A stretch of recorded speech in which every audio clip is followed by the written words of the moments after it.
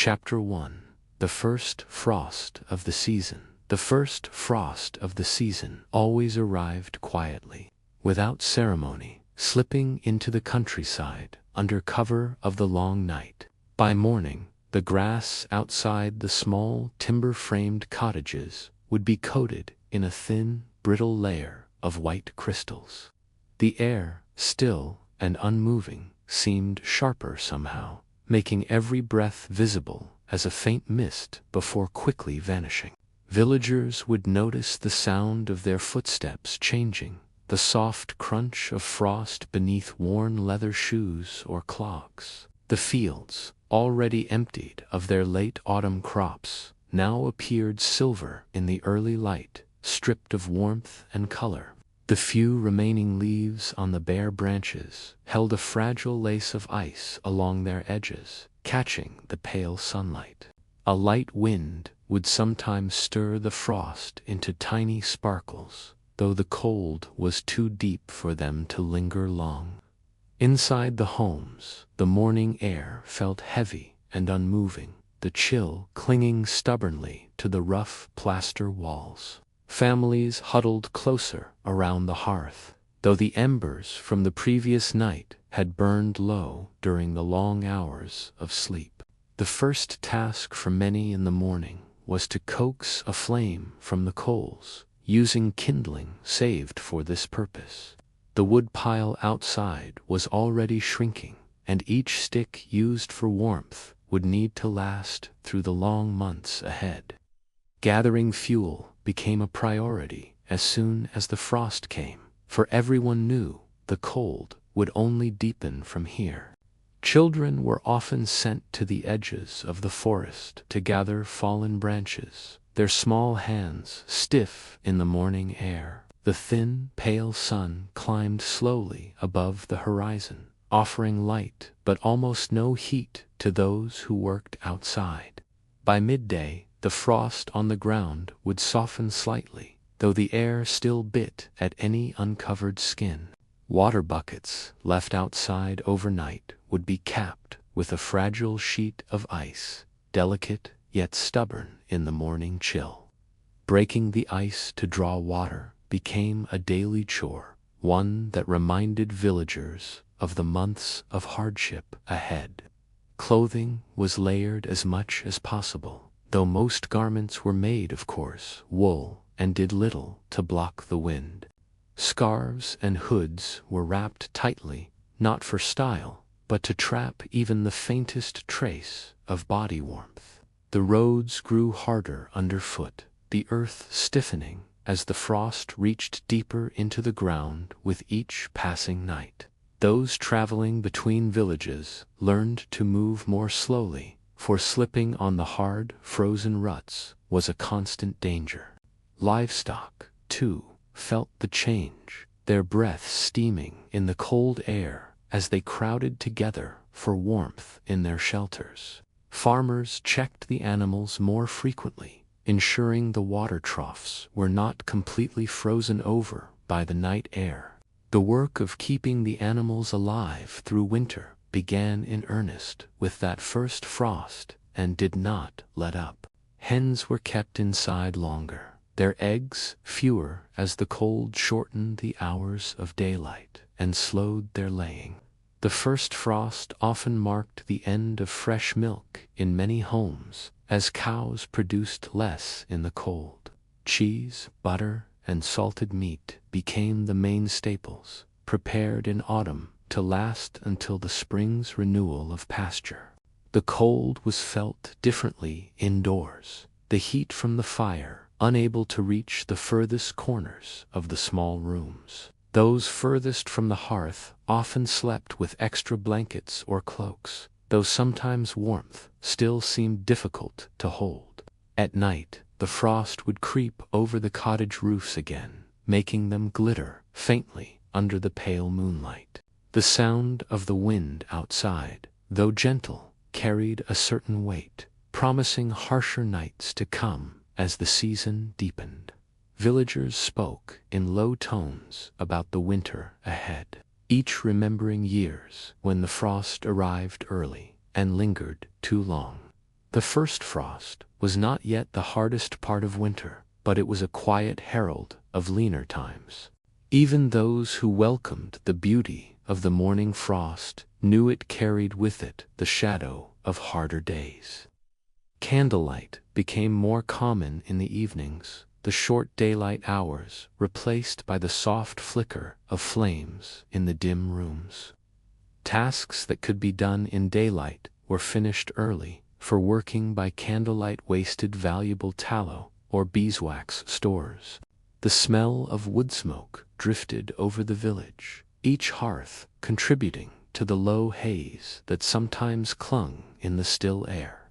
Those with larger homes sometimes gathered neighbors to share warmth and company, making the long, cold evenings less lonely. Stories and songs helped pass the hours, though the fire's warmth remained the most valued comfort of the night. The first frost meant that bread would be baked less frequently, to conserve both grain and fuel through the long season. Soups and stews, cooked slowly over the hearth, became the main evening meal, stretching preserved vegetables and salted meat further. The taste of the food changed with the season, the freshness of summer replaced by the stored flavors of autumn's harvest. The first frost seemed to settle into the bones of the village, as though it had always been part of its rhythm. Children adapted quickly, learning to play indoors or in sheltered spots, their laughter muffled by the heavy, cold air. Older villagers moved more slowly, careful not to overexert themselves in the cold that could sap strength and linger in the chest. The pace of life shifted naturally, shaped by the hours of daylight and the demands of staying warm and fed. Though the frost melted slightly in the day's weak sun, its return each night reminded everyone that winter was only beginning. The sight of frost on the thatched roofs at dawn became a familiar part of each morning, as steady as the sunrise. Some mornings the frost would be thicker, clinging stubbornly to the grass, well past the hour of midday. The animal's breath rose in the cold air like smoke, curling upward before disappearing into the pale winter sky. By evening the frost returned again, quiet and unannounced, just as it had the night before and would the night after. The first frost did not bring fear, but rather an acceptance that the long season ahead would be endured as always. It was simply part of the cycle, a reminder that in the medieval world, survival meant meeting each change with steady patience. And so, the villagers went to sleep on that first frosty night, the embers glowing softly in the hearth, awaiting the deeper cold to come. Chapter 2. Storing food for the winter. When the first frost appeared, it was already too late to prepare food, so the work began long before autumn ended. Families had spent weeks in late summer gathering, preserving and storing enough provisions to survive the long months ahead. Grain was perhaps the most important store, kept dry and safe from pests in wooden chests or large clay jars. The harvest was carefully measured, with some set aside for daily bread and some kept for seed in the spring. Rats and mice were constant threats, so every storehouse was guarded by cats or traps made from simple wood and metal. Dry goods were lifted above the ground whenever possible to keep damp from creeping upward through the earthen floors. Salted meat hung from beams in the rafters, the thick crust of salt both preserving and hardening it for long storage. Some families smoked their meat instead, letting the gentle heat and smoke from the hearth slowly dry and flavor it. Smoked hams and sausages would often hang near the ceiling, their scent faint but comforting in the cold winter air.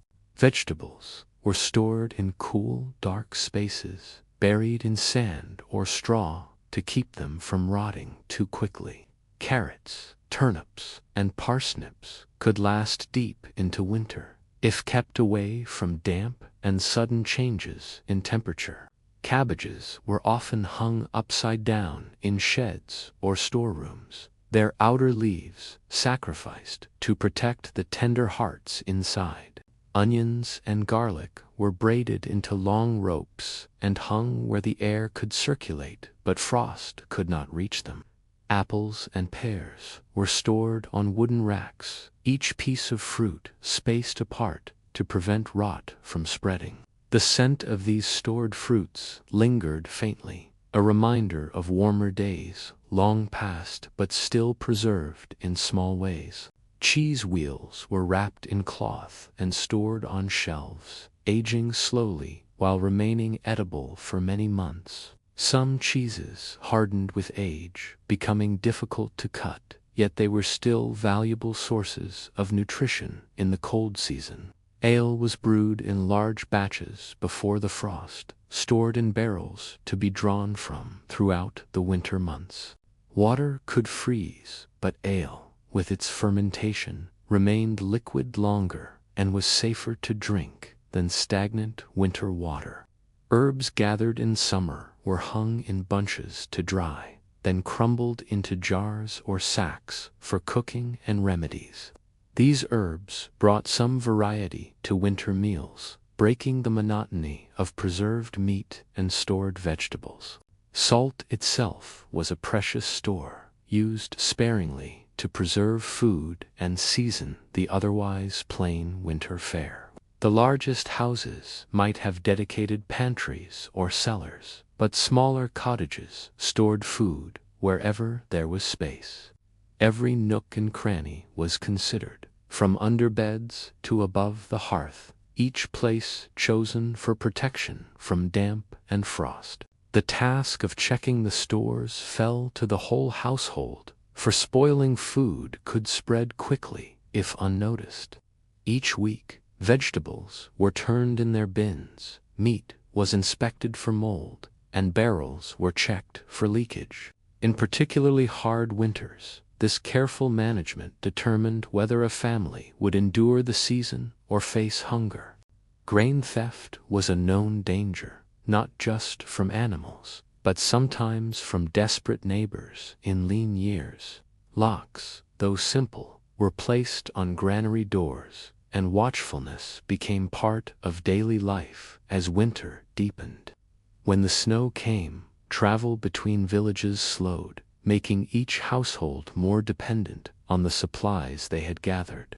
Meals became smaller in portion as the season wore on, stretching the supplies to last until the first green shoots of spring.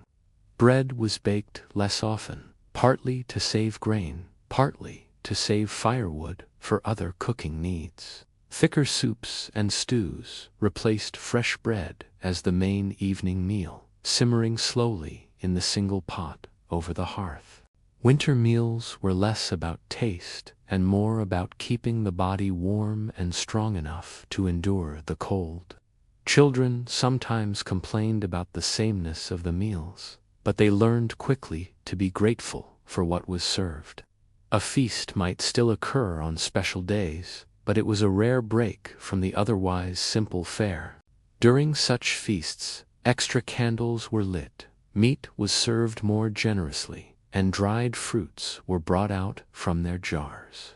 Dried fruits like figs, prunes, and raisins were special luxuries, often saved for holy days or honored guests.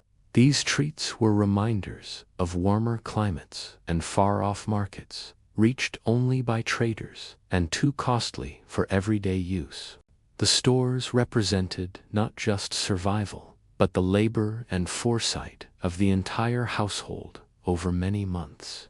Each sack of grain was tied carefully, each barrel sealed tight, each rack of apples checked for signs of spoilage. The quiet satisfaction of a well-stocked pantry brought comfort as the winds outside grew colder and the nights longer. Every bite eaten in midwinter was a piece of summer or autumn, preserved through skill, patience, and constant vigilance. In some villages, neighbors shared or traded preserved goods, exchanging dried fish for root vegetables or cheese for smoked meat. This barter helped ensure a greater variety in the diet, while also reinforcing the bonds of the community in hard times. But not all winters were equal, and a poor harvest could leave even the best prepared households with worry in their hearts. Stories were told of winters past when stores ran low before spring, and hunger visited every home before the thaw. Such tales served as warnings to the young, teaching them the value of preparation and the danger of wastefulness. The smell of the storerooms was distinct, a mixture of straw, wood, earth, smoke, and the faint sweetness of stored fruit. Even the smallest children learned to respect these spaces, knowing that every item within was part of the family's survival. The work of storing food was never glamorous, but it was one of the most important tasks of the entire year. Without these careful preparations, the frost and snow would have claimed many more lives before spring returned. The act of preservation was a quiet defiance against the cold, a way of carrying a piece of the warm seasons forward. As the first month of frost passed, the stored food began to feel like a promise, a shield against hunger. But with every meal taken, that promise grew slightly smaller, and everyone counted the days until the first thaw. The skill of storing food for winter was as much tradition as necessity, passed down from parent to child for generations. And so the stores waited in the dark, holding the memory of harvest until the frozen world outside finally softened again.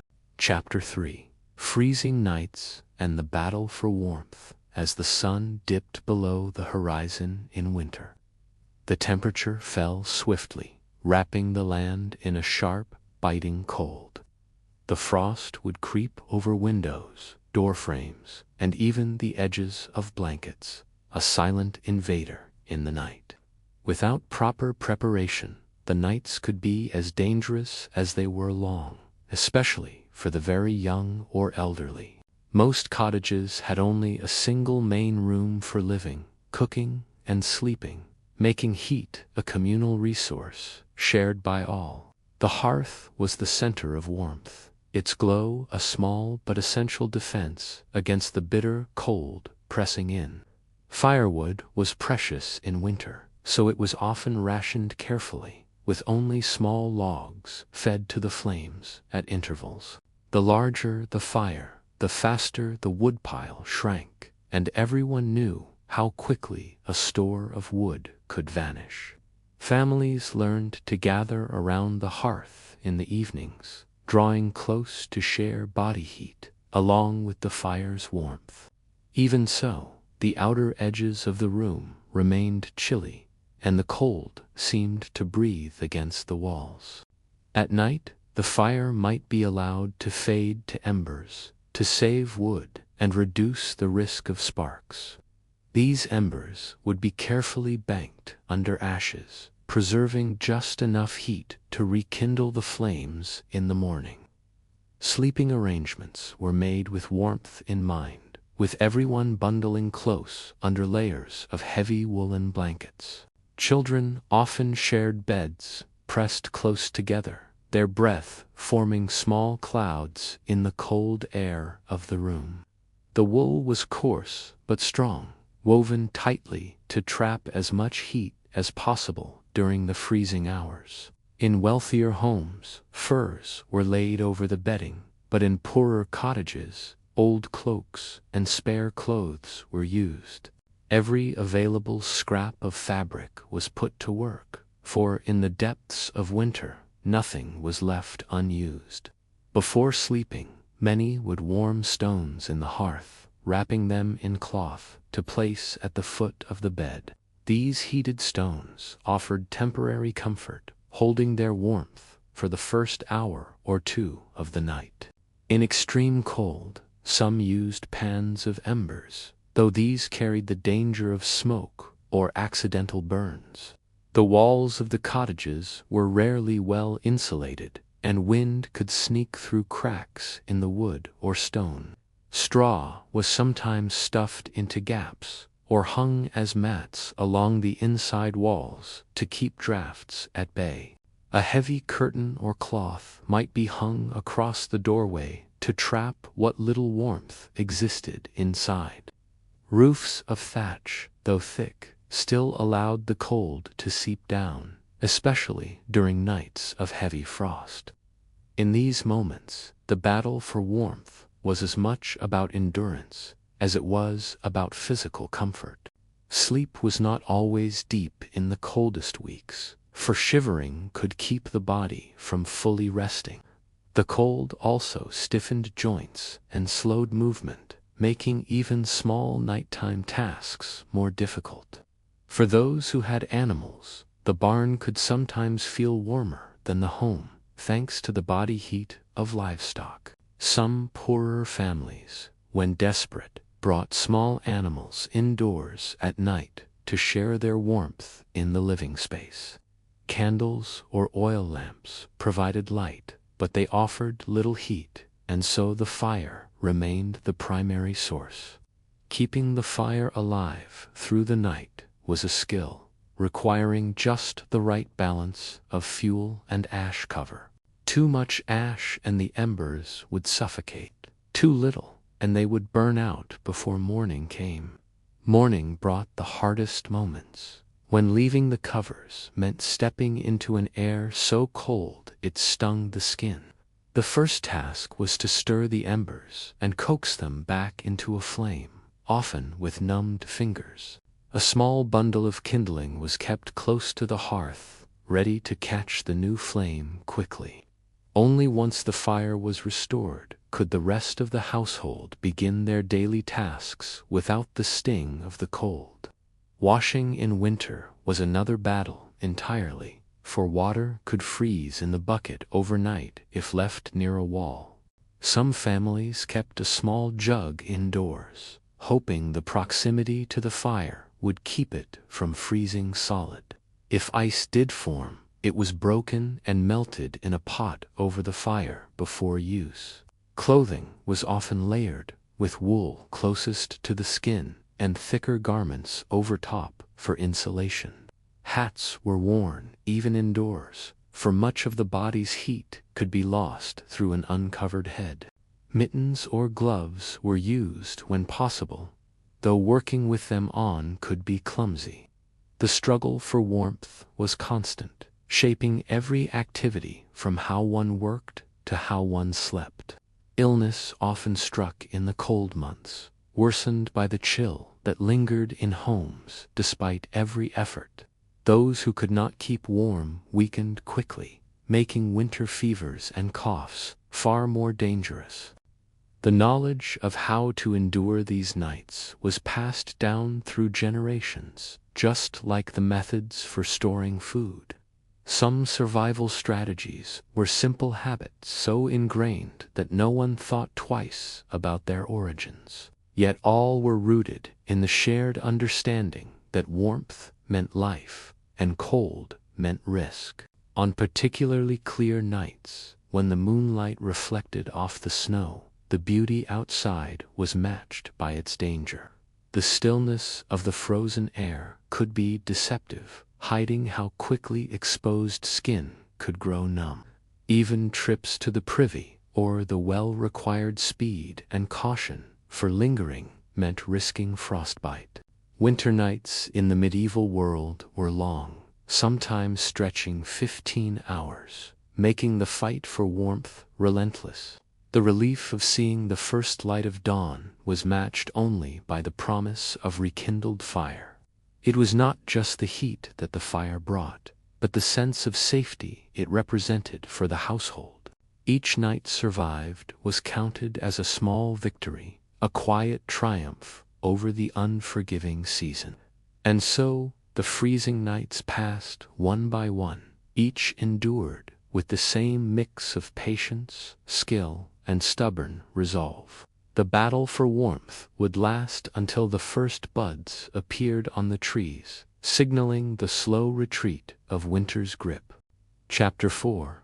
Short days and long shadows. Winter in the medieval world was not only marked by cold, but also by the slow shrinking of daylight hours.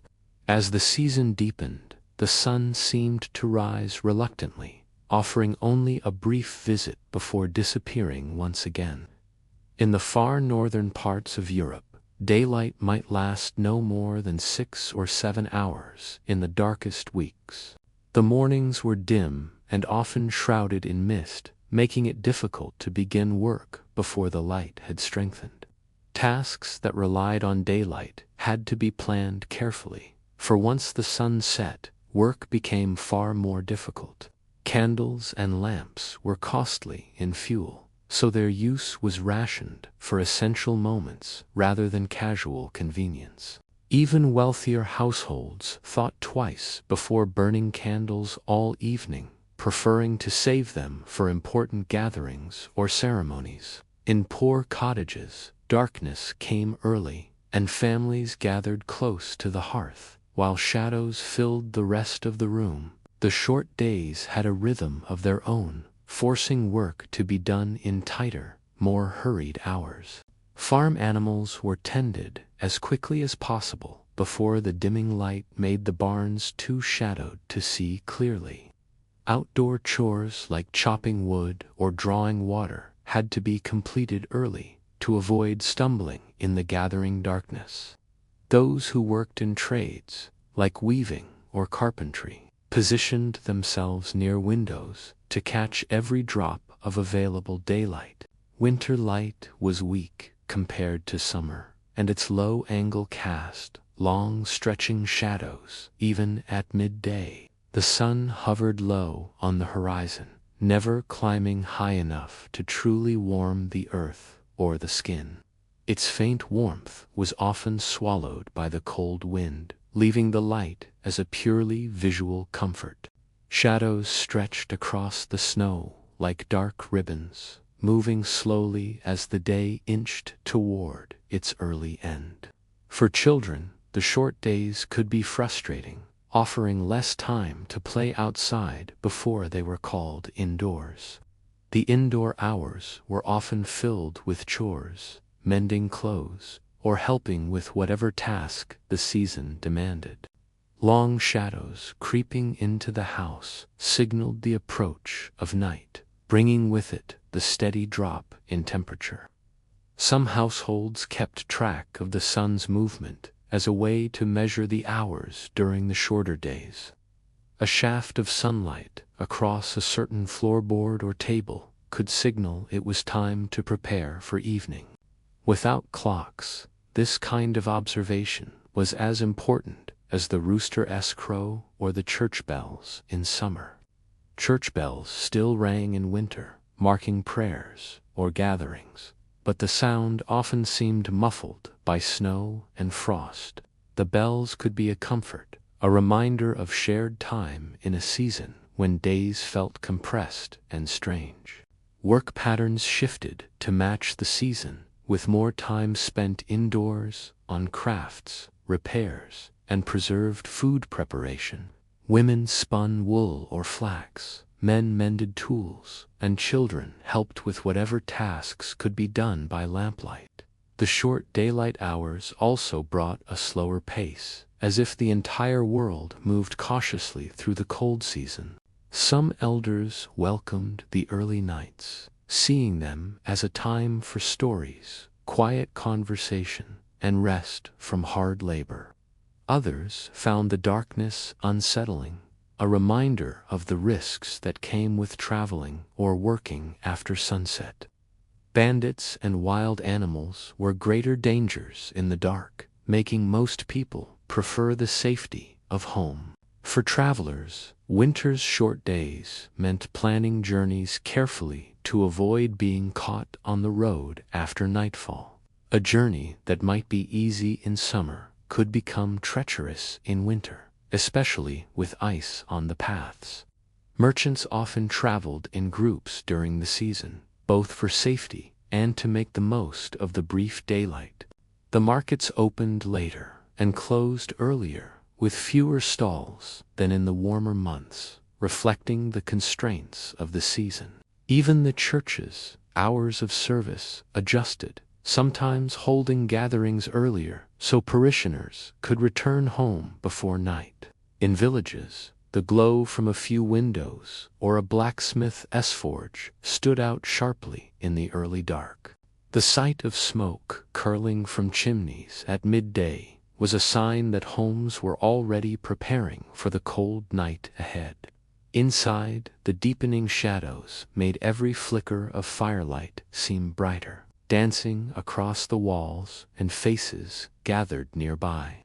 Storytelling became a way to pass the long evenings, weaving together history, myth, and family memory into shared warmth. The short days encouraged a sense of closeness, as people drew together against the encroaching darkness. Still, the constant dimness could weigh on the mind, making the season feel longer than it truly was. Some found themselves more tired in winter, as if the lack of light slowed not just the day, but the body itself. The sun's late arrival in the morning meant that waking often happened in darkness, which could make the start of the day sluggish. Farmers relied on the crowing of roosters or the stirring of animals to know it was time to rise. Without the clear light of summer mornings, the first hour of work often felt like moving through a gray haze. Snowfall could brighten the days slightly, reflecting what little sunlight there was and making the world seem more open. But on cloudy days, the light was flat and dull, casting no strong shadows, making the world seem almost colorless. The combination of short days and long shadows created a kind of suspended time, a pause in the year's usual pace. Many learned to accept it as a natural rhythm, using the dark months to focus on survival and preparation. The knowledge that the days would lengthen again brought hope, even in the coldest, darkest weeks. Until then, life moved within the narrow window of daylight, each task planned and completed before the shadows took over. And when the shadows grew long enough to meet the night, the people retreated once more to their fires and their rest. Chapter 5: Frozen Water and Icy Roads. When winter settled over the medieval landscape, one of the most immediate and persistent challenges was the freezing of water. The rivers, streams, and wells that had flowed so freely in warmer months could harden into solid ice, halting daily routines.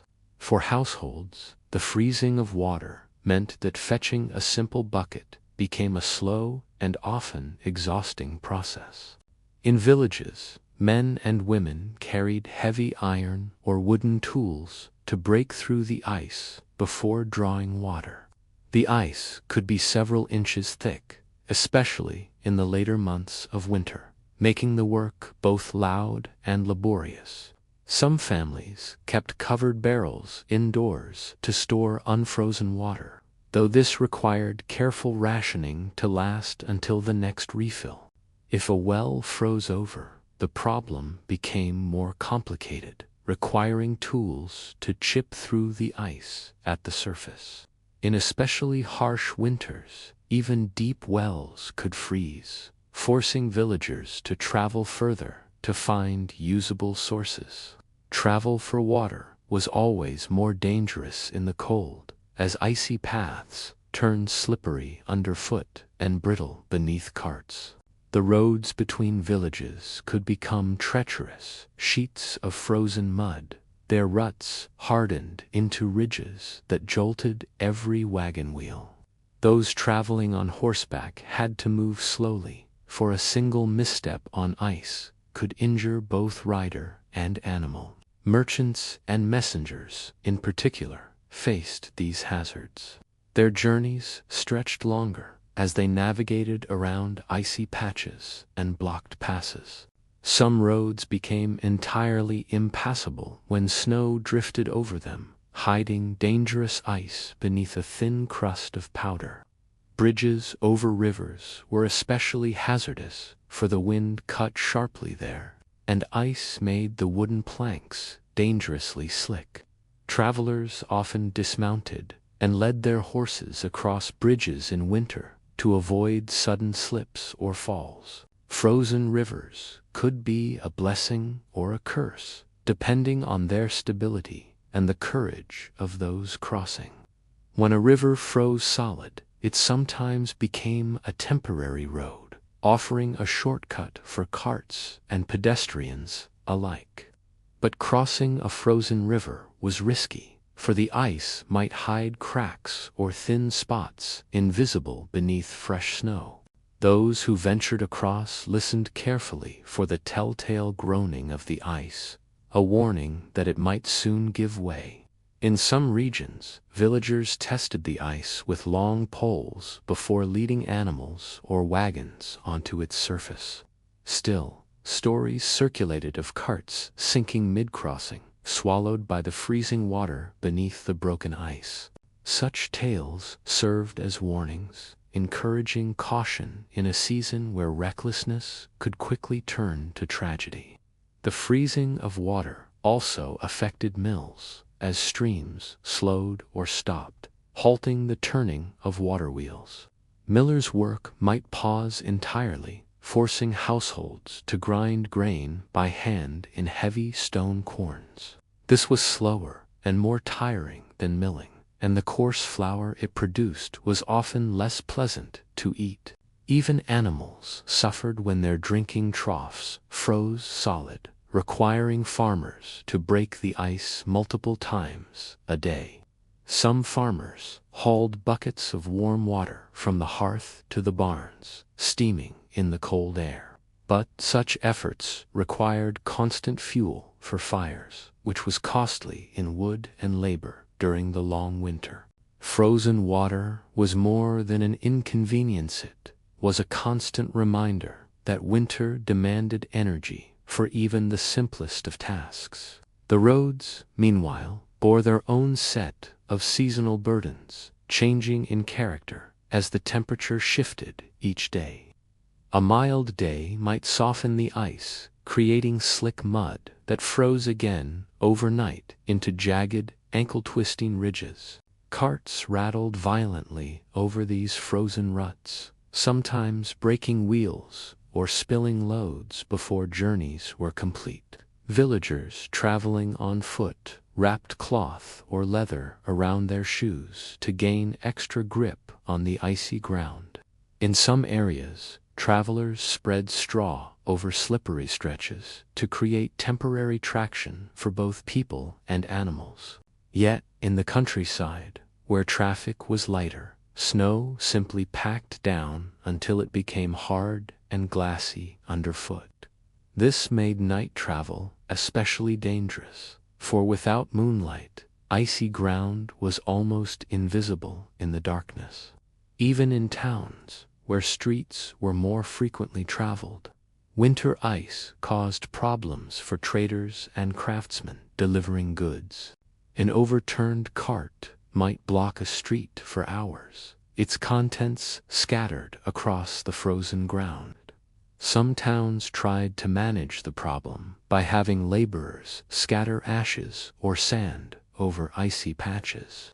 This work was slow and had to be repeated often, for snow could cover the sand within hours.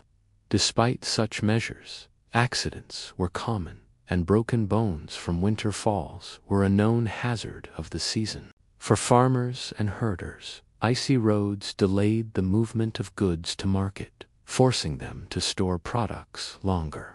This sometimes led to spoilage, especially for goods that could not tolerate repeated freezing and thawing. Salted meats and dried grains traveled better in such conditions, but fresh produce was rare in winter markets.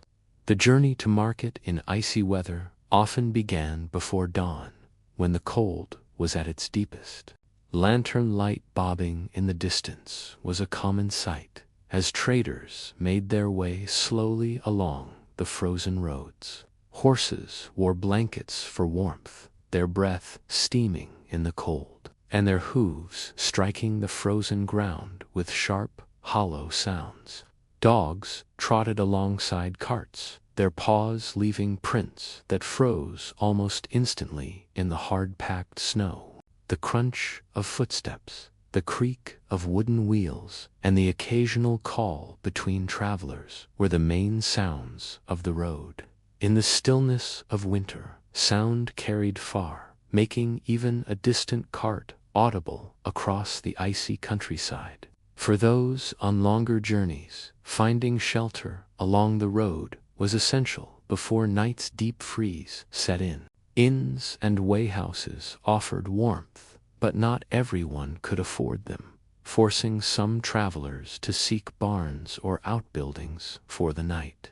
Sleeping outdoors in winter was a dangerous gamble, for frostbite and hypothermia could strike quickly without sufficient shelter.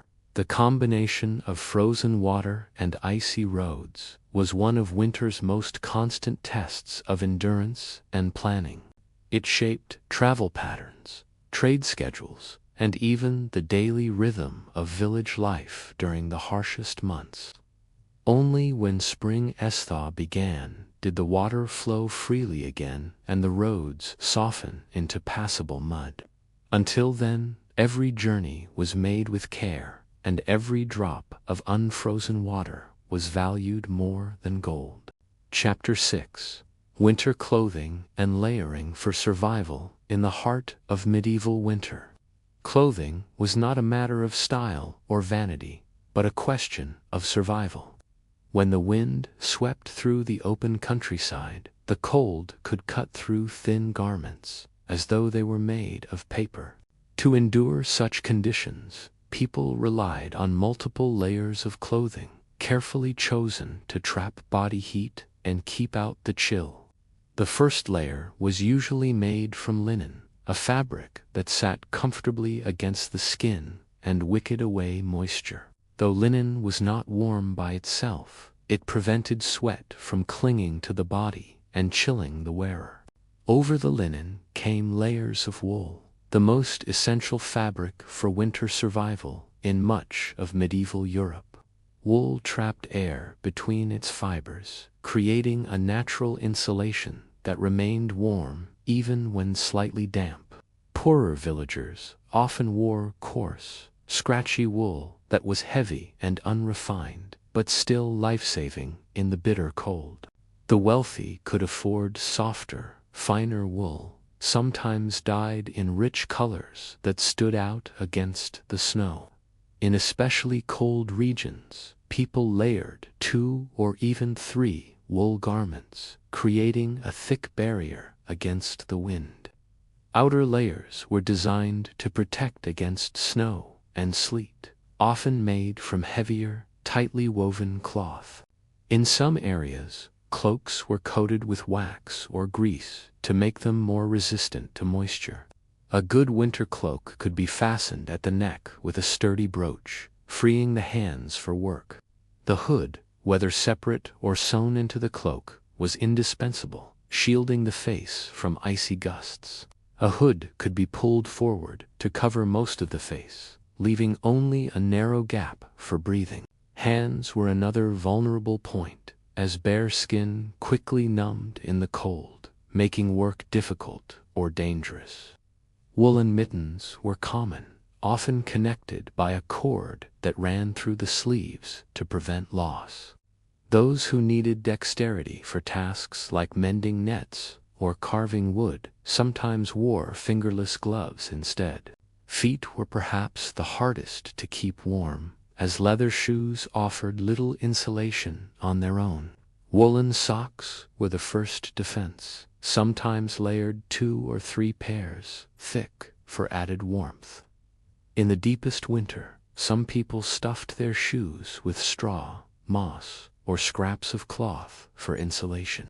Greasing leather shoes with animal fat helped keep out snowmelt, though it needed to be repeated regularly. Hats were not merely an accessory, but a vital necessity, as much heat escaped from the uncovered head. Common folk wore simple woolen caps that hugged the skull and could be pulled down over the ears. The wealthy sometimes wore fur-lined hats, not only warmer, but also a visible marker of status. Fur was one of the most valued materials for winter clothing, especially from animals like rabbit, fox, and beaver. A fur lining could transform an ordinary cloak or tunic into a fortress of warmth against the cold. For the poor, fur was often limited to small trimmings or pieced together scraps sewn into linings. Some even sewed fur into the inside of boots to keep feet from freezing during long walks. Layering was not done carelessly, but according to a system learned through experience and passed down through generations. The aim was to trap warm air without restricting movement, allowing people to work while staying insulated.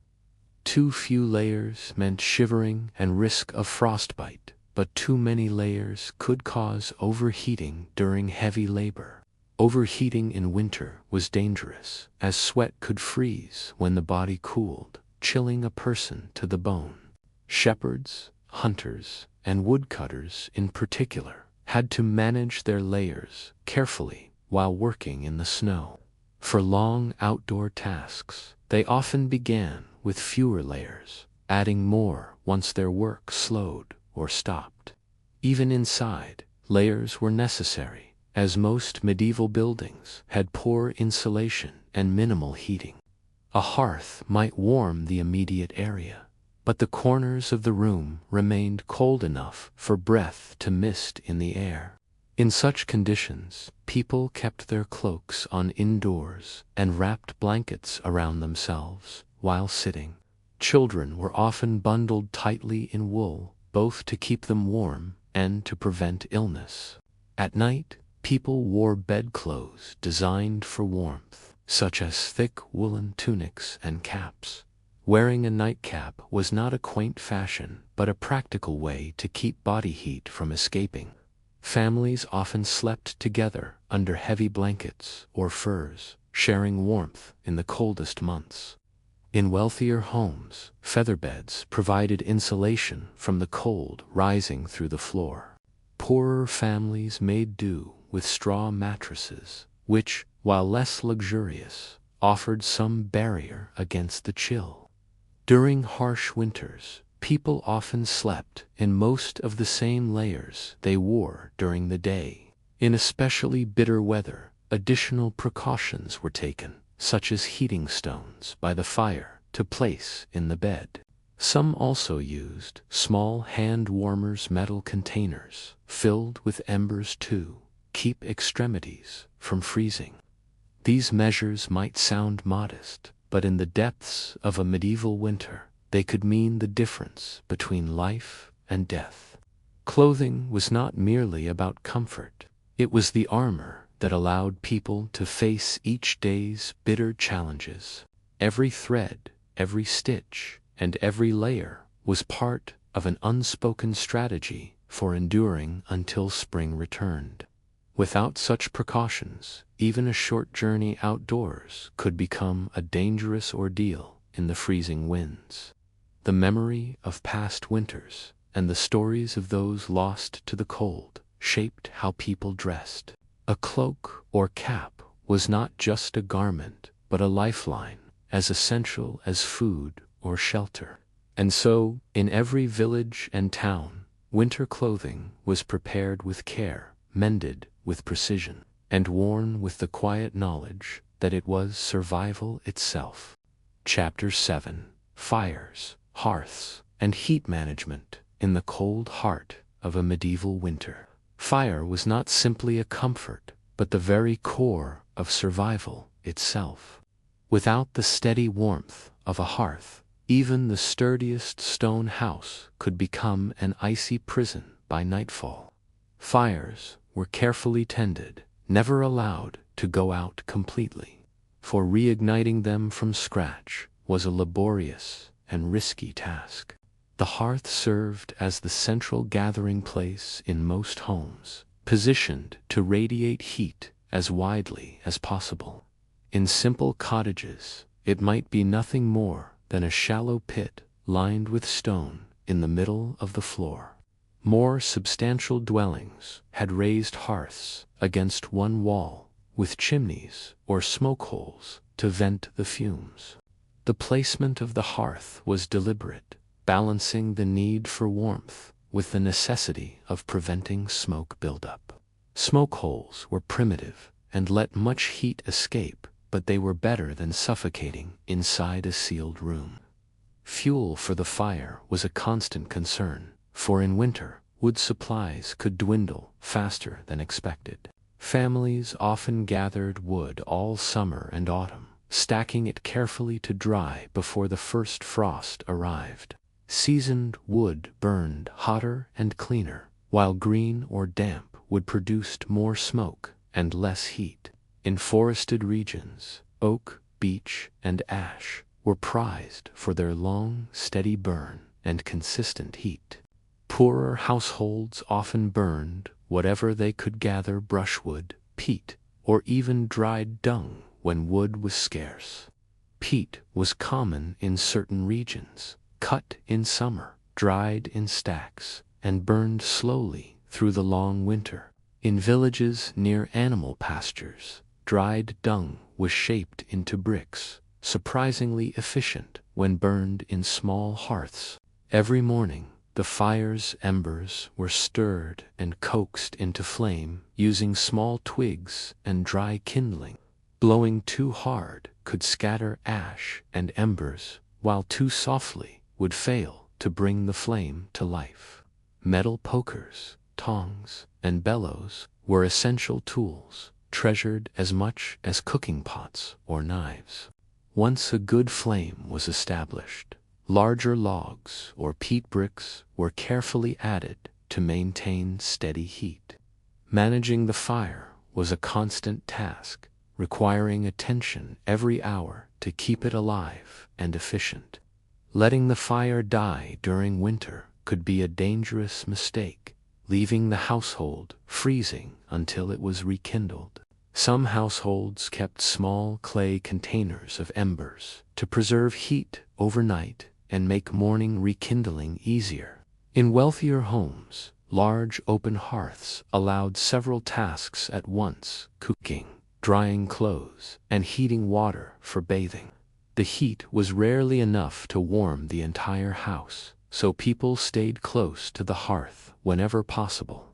In great halls, enormous fires were built on central hearths, their flames towering to heat the high-ceilinged space.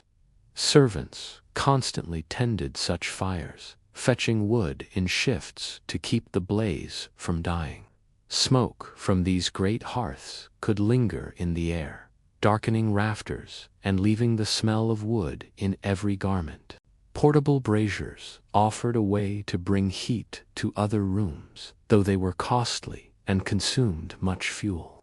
These braziers were often filled with charcoal, which burned hot, but required careful ventilation to avoid deadly fumes.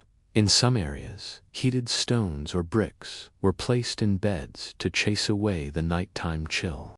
Stones were warmed by the hearth, then wrapped in cloth to avoid burning skin, while providing hours of gentle heat. Some people used small metal bed warmers, pans filled with embers, slid between the sheets before sleeping. However, these came with risks, as too many embers could scorch bedding or even start fires.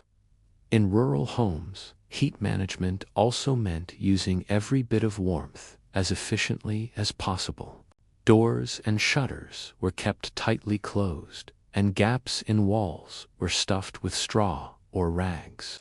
In especially cold weather, livestock might be kept in an attached byre, their body heat helping to warm the house. Curtains were hung around sleeping areas to trap heat in a smaller space during the night. Fires also served as drying stations for damp clothes, though care had to be taken to prevent scorching.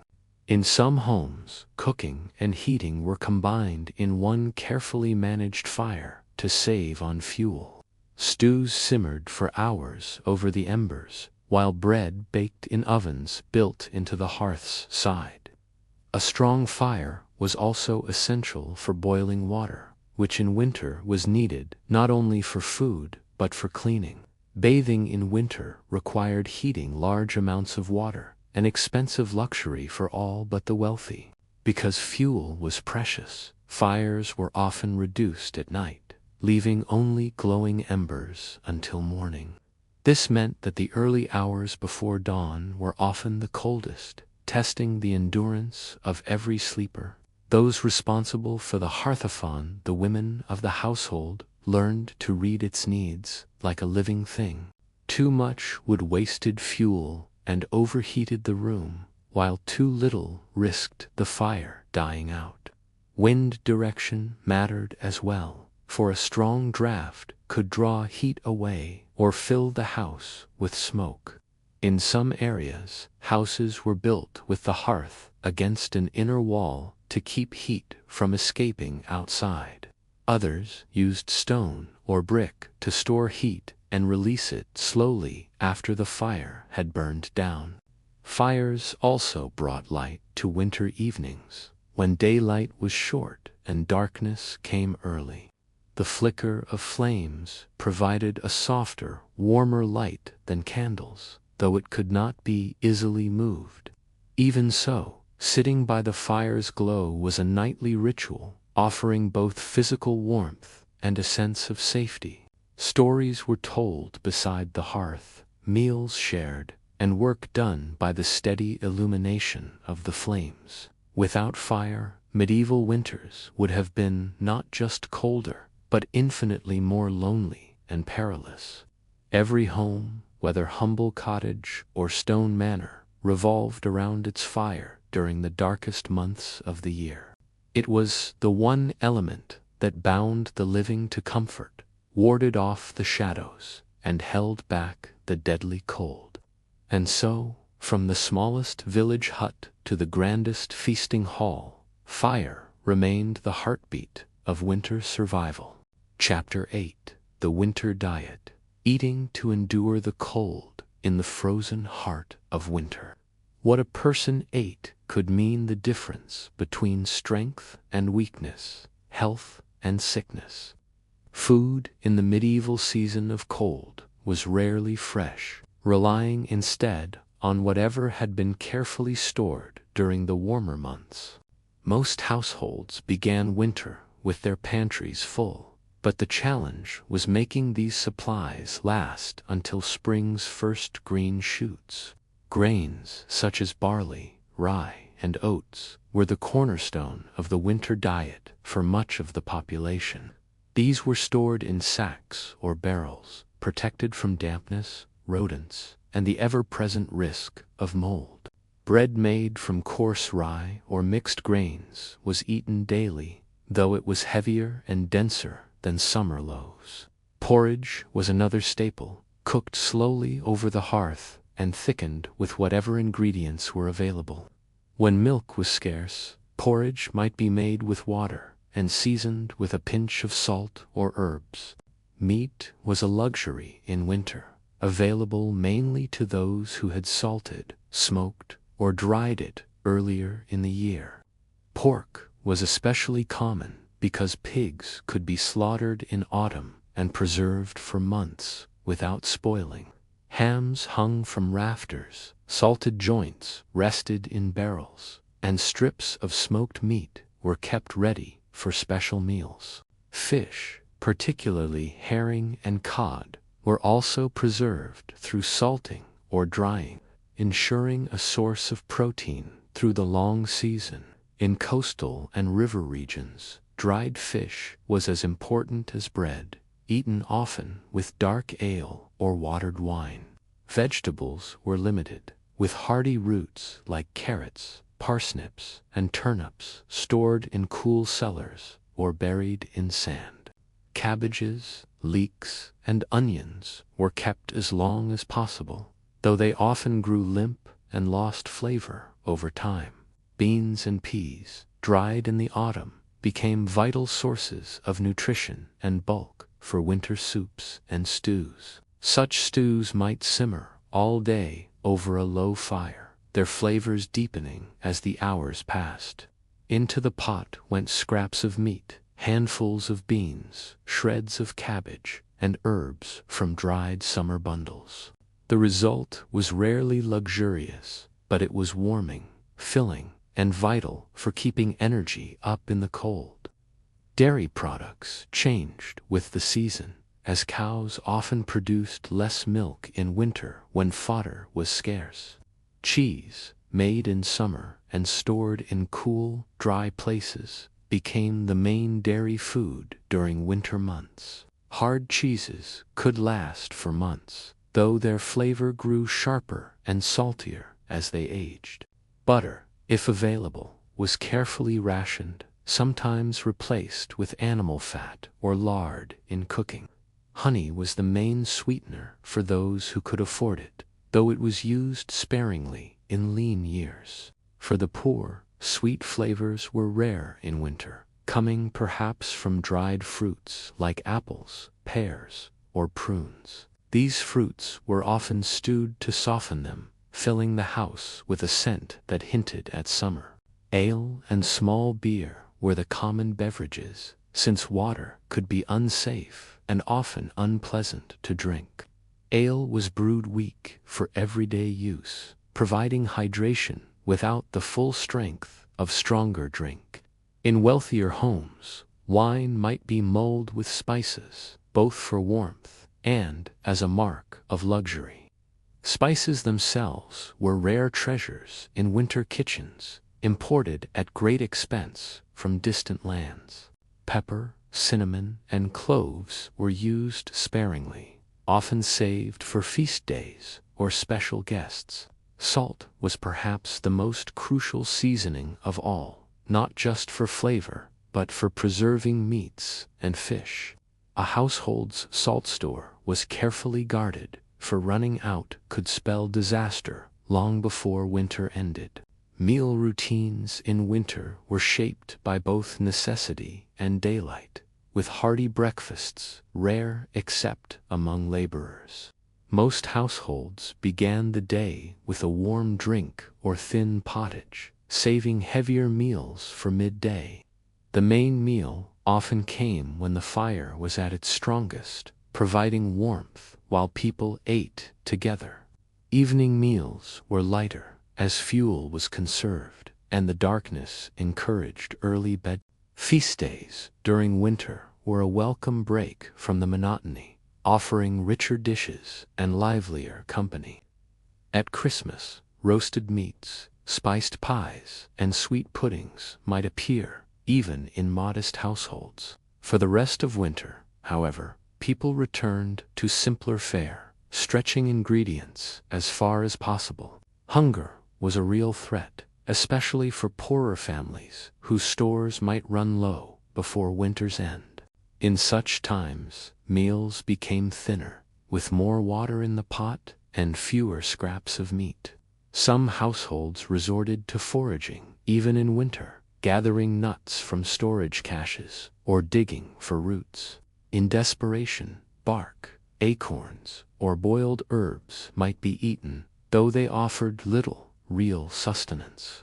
The wealthy, by contrast, dined well, even in the coldest months, their tables still graced with imported luxuries. Banquets in great halls might feature fresh game from the lord's hunting grounds, kept alive until needed. Swans, peacocks, and venison might be served beside almond pastries, sugared fruits, and flagons of strong wine. Such displays were as much about power as pleasure, showing guests that the Lord could command abundance in scarcity. But even the rich understood the importance of planning, for winter's length was unpredictable and famine could strike any. The balance between enjoying food and preserving it for the months ahead was a constant consideration. Children were taught early how to help stretch supplies, scraping pots, collecting crumbs, and saving bones for broth. Nothing edible was wasted. Even stale bread could be soaked in broth or baked into puddings. Bones were boiled repeatedly, each batch of broth becoming thinner until nothing was left but splinters. Fat from cooking was collected and reused, sometimes even rendered into candles if other materials were lacking. The diet, though plain, was rich in the slow-release energy needed for enduring cold, heavy work, and long nights.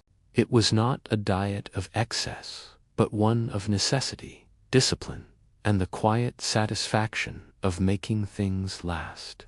To eat well in winter was to survive well, and each meal was a small victory against the season's hardships. From the smallest cottage to the grandest manor, the medieval winter diet was shaped by patience, planning, and the wisdom of generations. Chapter 9. Illness, Remedies. And the winter plague. Winter, in the medieval world, was more than a season of cold. It was a time when illness crept silently into homes and villages. The chill air, damp walls, and lack of fresh food made bodies more vulnerable to disease and weakness. Colds and coughs were common companions, their wheezing sounds echoing in the night as people huddled near smoky hearths. The simplest illnesses could turn deadly when warmth, rest, and proper nourishment were scarce. Pneumonia, though not understood by name, was a feared condition, often described as a sickness of the lungs. When it struck, the victim might feel a heaviness in the chest, a burning fever, and a slow, labored breath. In the coldest months, fever was often met with dread, for it could mean the beginning of a fatal decline.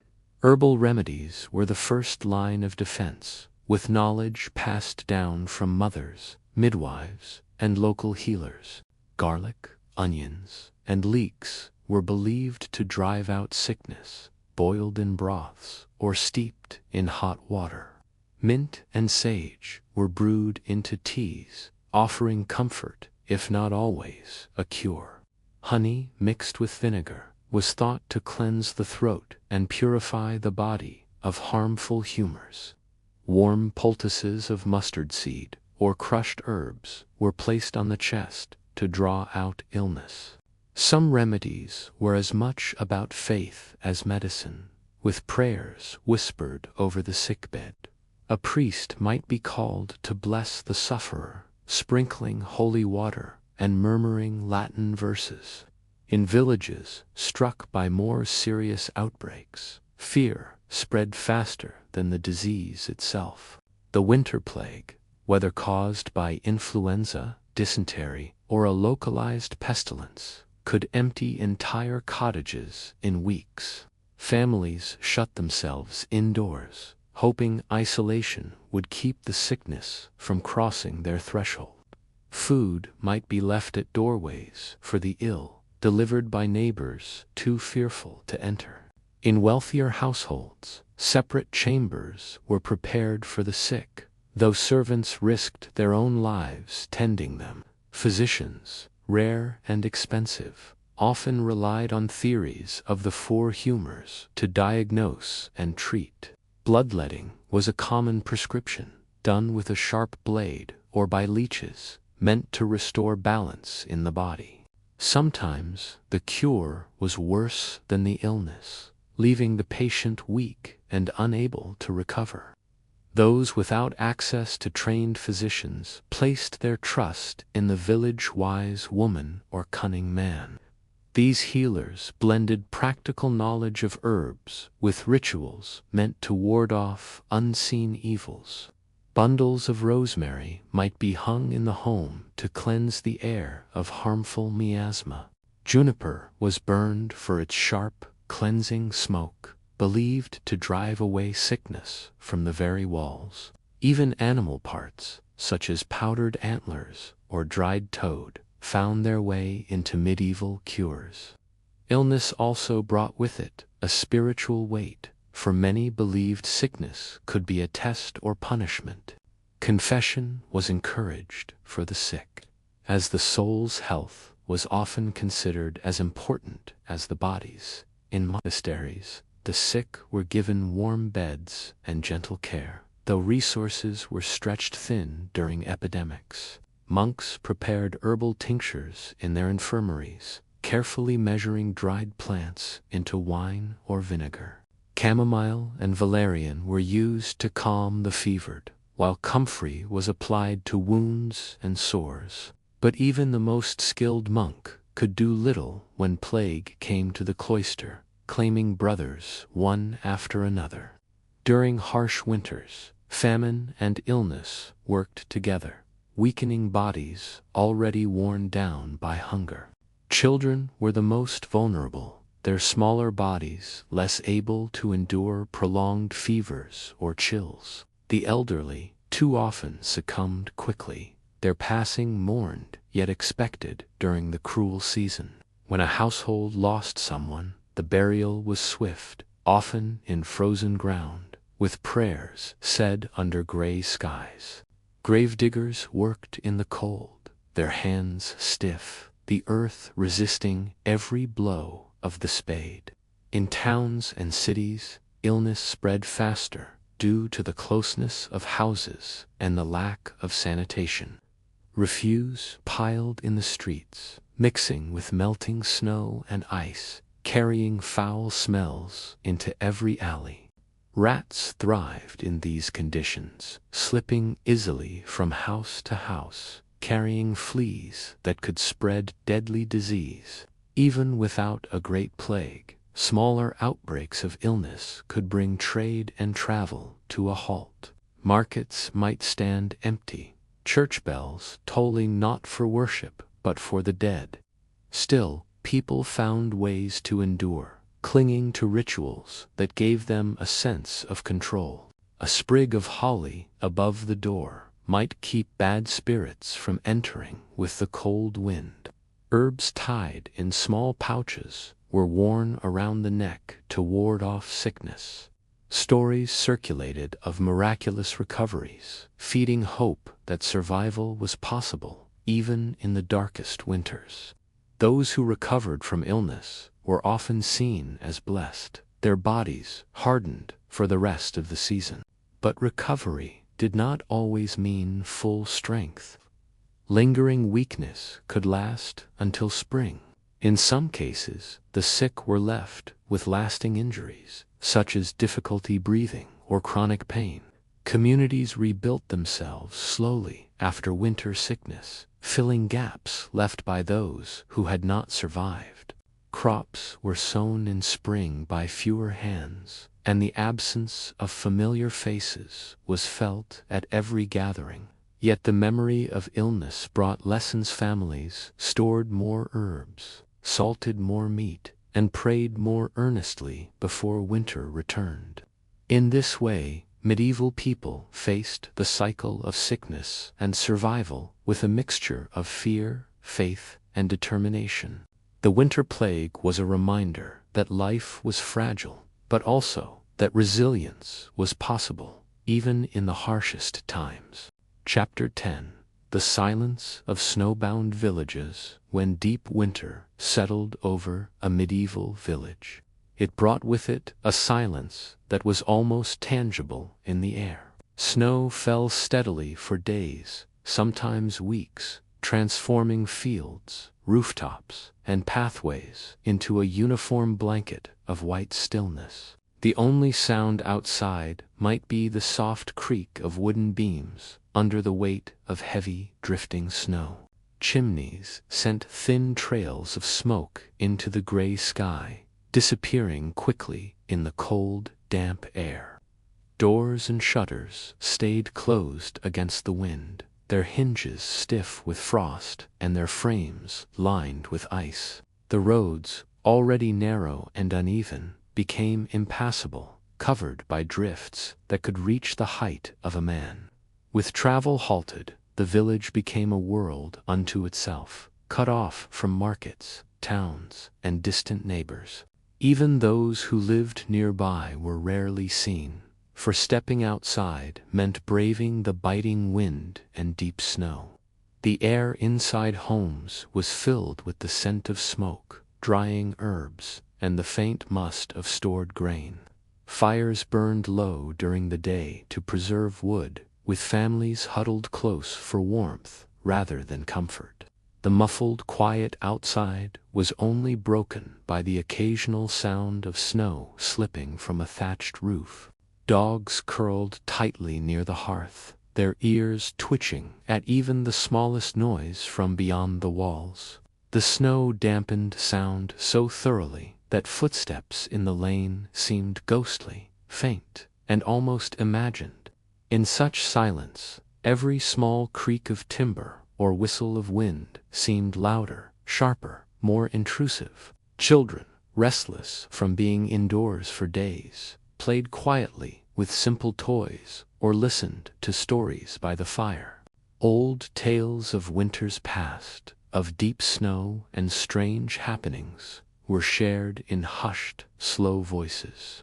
The dark of winter evenings came early, pressing against the windows before the day felt fully lived. Candlelight and the flicker of the hearth painted long shadows across walls and rough wooden tables.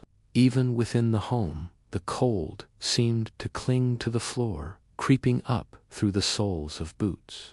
Outside, the snow hid the boundaries of fields and gardens, making everything seem both familiar and strangely foreign. Paths that had been walked daily in warmer months disappeared, replaced by treacherous, frozen hollows beneath the drifts. The village church bell, usually a regular sound, rang only for urgent gatherings or the marking of loss. Snowbound life was marked by a slower rhythm, dictated by the short light of day and the long dark of night. Time was passed in small tasks, mending clothes, carving tools, or checking the stores of food and firewood. Even these chores were done with a kind of quiet patience, for winter allowed little room for haste. When snow lay heavy on the thatch, men climbed carefully to sweep it off before the weight damaged the roof. The well might freeze overnight, requiring a morning effort to break the surface ice with a sturdy pole. Water drawn from the well felt colder than ever, numbing the hands even through thick cloth gloves. Snowdrifts against doorways had to be shoveled away daily, or the entrance could vanish beneath the piling white. In the absence of fresh news, gossip and rumor traveled more slowly, whispered between families on rare visits. Those who dared to venture out did so wrapped in layers, their breath forming clouds in the frigid air. The sound of boots crunching in deep snow was one of the few reminders of human movement outside. Animals were rarely seen outdoors, except for the occasional chicken or cat darting briefly into the open. Livestock were kept inside barns or sheds, their breath steaming in the dim, hay-scented air. Feeding them was a daily ritual, requiring the breaking of ice from water troughs before the animals could drink. For some, the silence of winter was comforting, a time of rest after months of harvest and labor. For others, it felt stifling, a heavy pause in life that seemed to stretch endlessly. At night, the quiet deepened further, broken only by the groan of trees shifting under their icy weight. The moon cast a pale light over the snow, making the village glow faintly in the stillness. Shadows of branches swayed across the white ground, moving like slow ghosts in the frozen air. In the small hours, when the fire had burned low, the silence could feel almost otherworldly. It was easy to believe in that stillness, in stories of spirits wandering across snowbound fields. The long quiet brought reflection, forcing people to turn their thoughts inward as they waited for the thaw. Some prayed for the early arrival of spring, while others trusted the winter to keep its full course. Every sound became a marker of life: a cough in a nearby home, the bark of a distant dog. Occasionally, a hunting party would pass through, their sleds pulled by sturdy horses over the frozen lanes. Snow was both friend and foe, protecting the village from outsiders, yet cutting it off from needed supplies.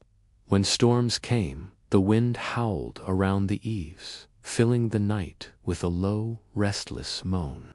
Snowflakes rattled against the shutters like a faint, persistent tapping from unseen hands. On those nights, the silence was replaced by a constant, rushing sound, as if the world itself was moving. After the storm passed, the quiet returned, deeper than before, the snow lying smooth and untouched. The stillness of a snowbound village was not lifeless, but it required patient eyes to see its hidden activity. Birds hopped along the edges of thatch, pecking at seeds or scraps hidden beneath the snow. Fox tracks could be found in the morning, weaving through yards in search of food. Even the smallest movements left clear marks on the untouched white, telling stories to those who noticed them. By late winter, the silence grew heavier, a sign of both endurance and the weariness of waiting. When the thaw finally began, it came quietly, with slow drips from eaves and the faint crackle of melting ice. The snow receded in patches, revealing mud, straw, and the forgotten shapes of tools left outside in autumn. The silence was broken more often then, with the return of birdsong and the creak of carts on soft roads. Yet the memory of that snowbound quiet lingered, as much a part of village life as the work of spring. It was a stillness that both tested and strengthened the people, shaping their patience for the seasons ahead. Chapter 11. The return of light and longer days. The turning of the year was slow in a medieval village, but the change in light was unmistakable to all. After weeks, when daylight barely stretched past the early afternoon, the sun now lingered a little longer in the sky. The shadows, once long and heavy even at midday, began to shorten, bringing a subtle sense of renewal to the fields. Snow still lay in thick patches, but its surface sparkled with brighter light than in the depths of winter. The villagers noticed how the sun's path climbed slightly higher each day, casting warmth that was more than just imagined. Children, restless after the long confinement indoors, looked for excuses to stay outside and watch the changing sky. The air, though still cold, no longer bit quite as sharply against exposed skin in the morning. Frost formed thinner layers on windows, melting more quickly when the first rays touched the glass and wooden shutters. The return of light was more than a change of weather, it was a shift in spirit throughout the village. People began speaking more of planting, repairs, and journeys to nearby towns once the roads cleared. Livestock, kept inside barns for months, were slowly reintroduced to the open air on milder afternoons. Their breath steamed in the cool light, and they stamped the thawing ground with eager, restless movements. Birdsong returned in hesitant notes, each call echoing more clearly in the thinner winter air. Even the wind seemed to carry a different tone, less cruel and more like a herald of change. Inside homes, fires burned a little lower in the afternoon, as the extra light made candles less necessary. The constant glow of the hearth was still central, but it no longer had to fight against total darkness. Women worked closer to windows now, using daylight to mend clothes, weave cloth, or sort seeds for the spring. Men checked tools and plows, sharpening edges dulled by months of disuse during the frozen season. The smell of earth, faint but present, began to rise from places where the snow had melted entirely. Footpaths reappeared underfoot, their familiar curves and stones emerging from beneath layers of retreating ice.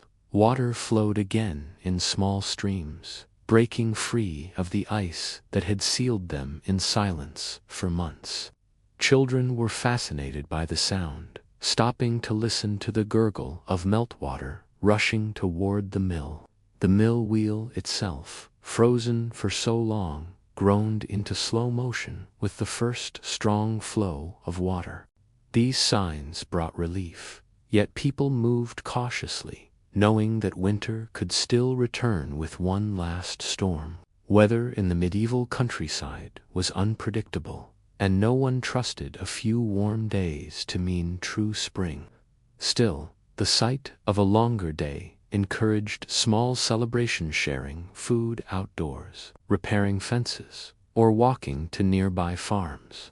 The market, quiet in the cold months, stirred with the arrival of traders, braving the still chilly mornings. People gathered in the market square, not only to trade, but to enjoy the company of neighbors after isolation.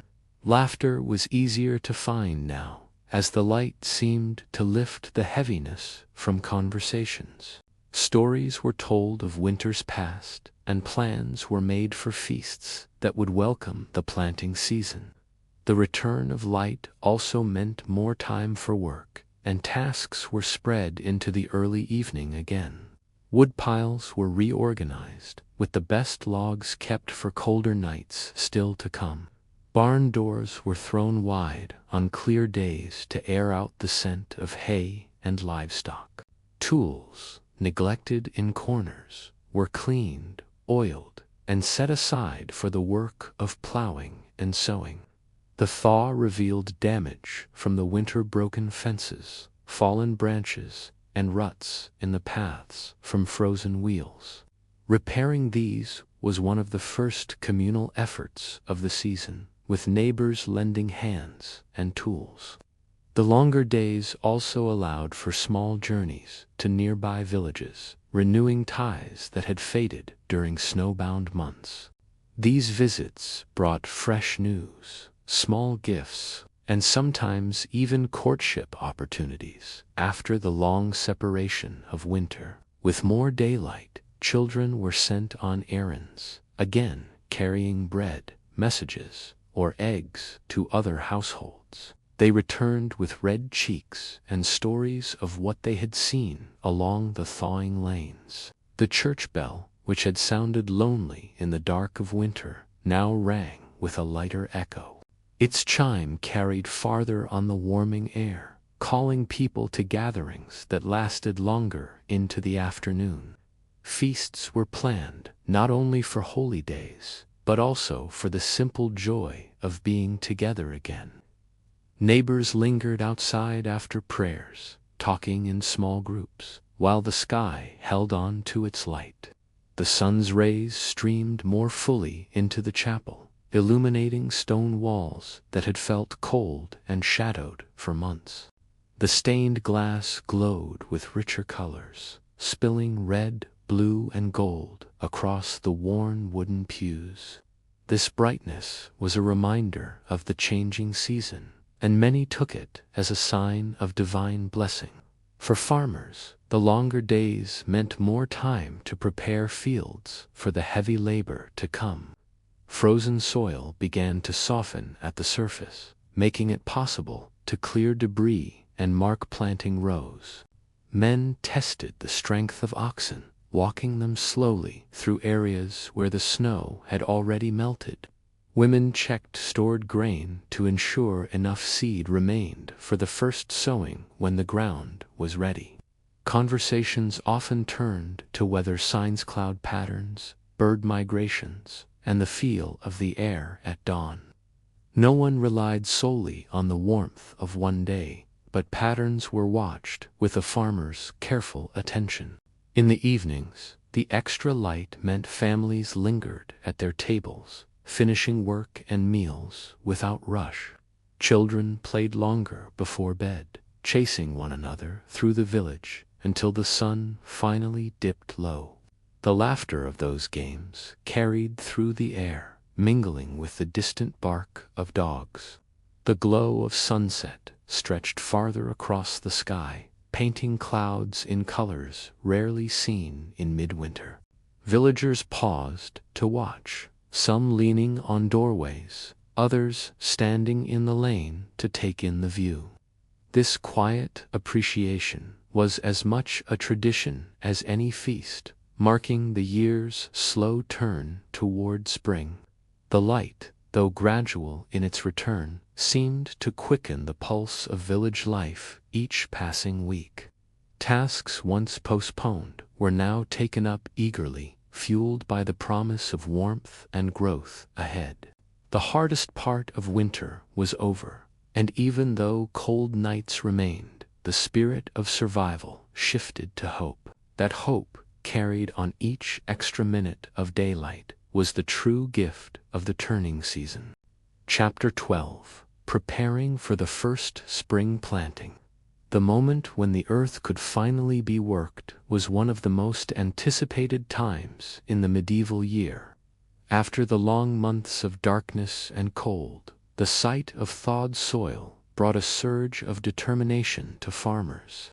Every villager knew that a successful planting season meant the difference between full bellies and hunger in the coming winter. The snow melted unevenly, leaving patches of soft ground beside areas still stubbornly covered in icy crusts. The plow was brought out from storage, its wooden frame checked for cracks and its iron blade sharpened by hand. Oxen were groomed carefully, their winter coats brushed to remove dirt, before they were yoked for the season's work. Seed sacks were repaired with strong stitches, ensuring none would spill precious contents during transport to the fields.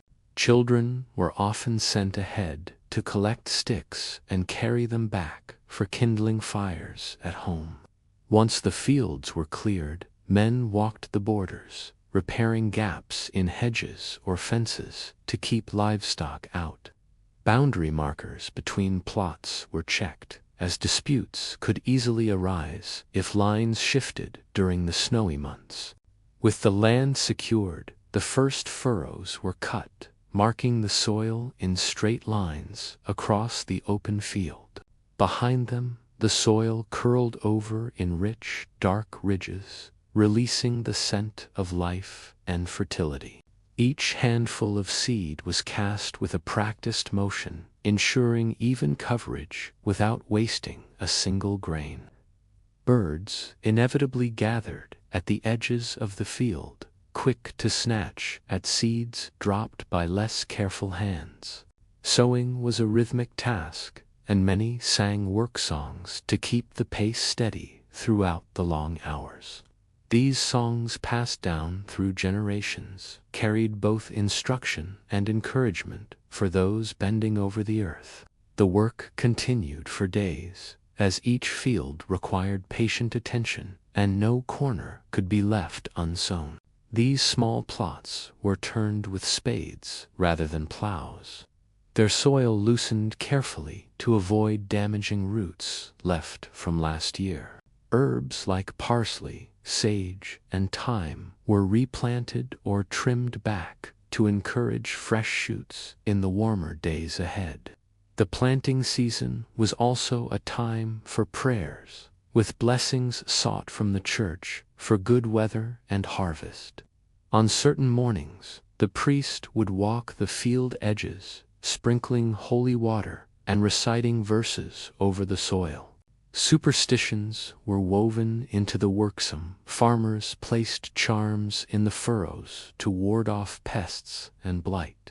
The village elder, often skilled at reading the signs of nature, would give warnings about planting too early. But hunger from the last winter's stores sometimes pushed farmers to risk an early sowing despite the danger. Each decision carried weight, for a failed planting meant an empty harvest and hunger in the year ahead. The fields gradually transformed from bare brown stretches to patterned rows marked by careful furrows and faint green beginnings. Hands were raw from gripping tools, and backs ached from bending over the soil for hours on end. Yet there was satisfaction in this fatigue, for it came from building the future rather than surviving the past. At night, frost sometimes still rimmed the edges of the fields, but the soil stayed soft beneath the surface. The moon's light over the furrows was a reminder that nature's cycles moved with patient, unstoppable force. Villagers knew that their part in this cycle was humble scatterseed, tend the soil, and wait for the rain. Children splashed in the puddles, laughing, while adults smiled at the thought of crops swelling under the soil. The planting season was a gamble, but one that every hand in the village was willing to take. With the last field sown and the final row covered, a quiet pride settled over the community. They had done all they could. Now it was in the hands of the weather, the soil, and fate. The seeds slept beneath the earth, and the people waited for the green shoots that would mark the true start of spring. Chapter 13. The first shoots and the watch for pests. The first shoots of spring were always greeted with joy, a vivid green promise breaking through the brown soil.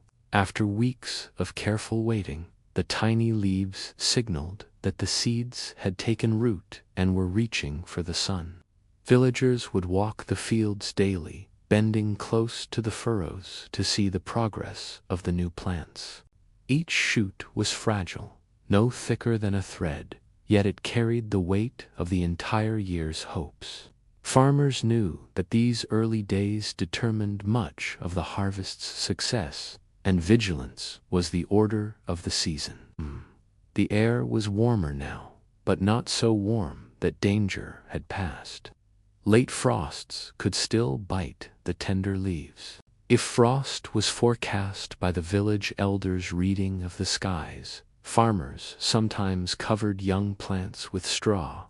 This straw covering provided a fragile shield, just enough to hold the warmth of the soil overnight.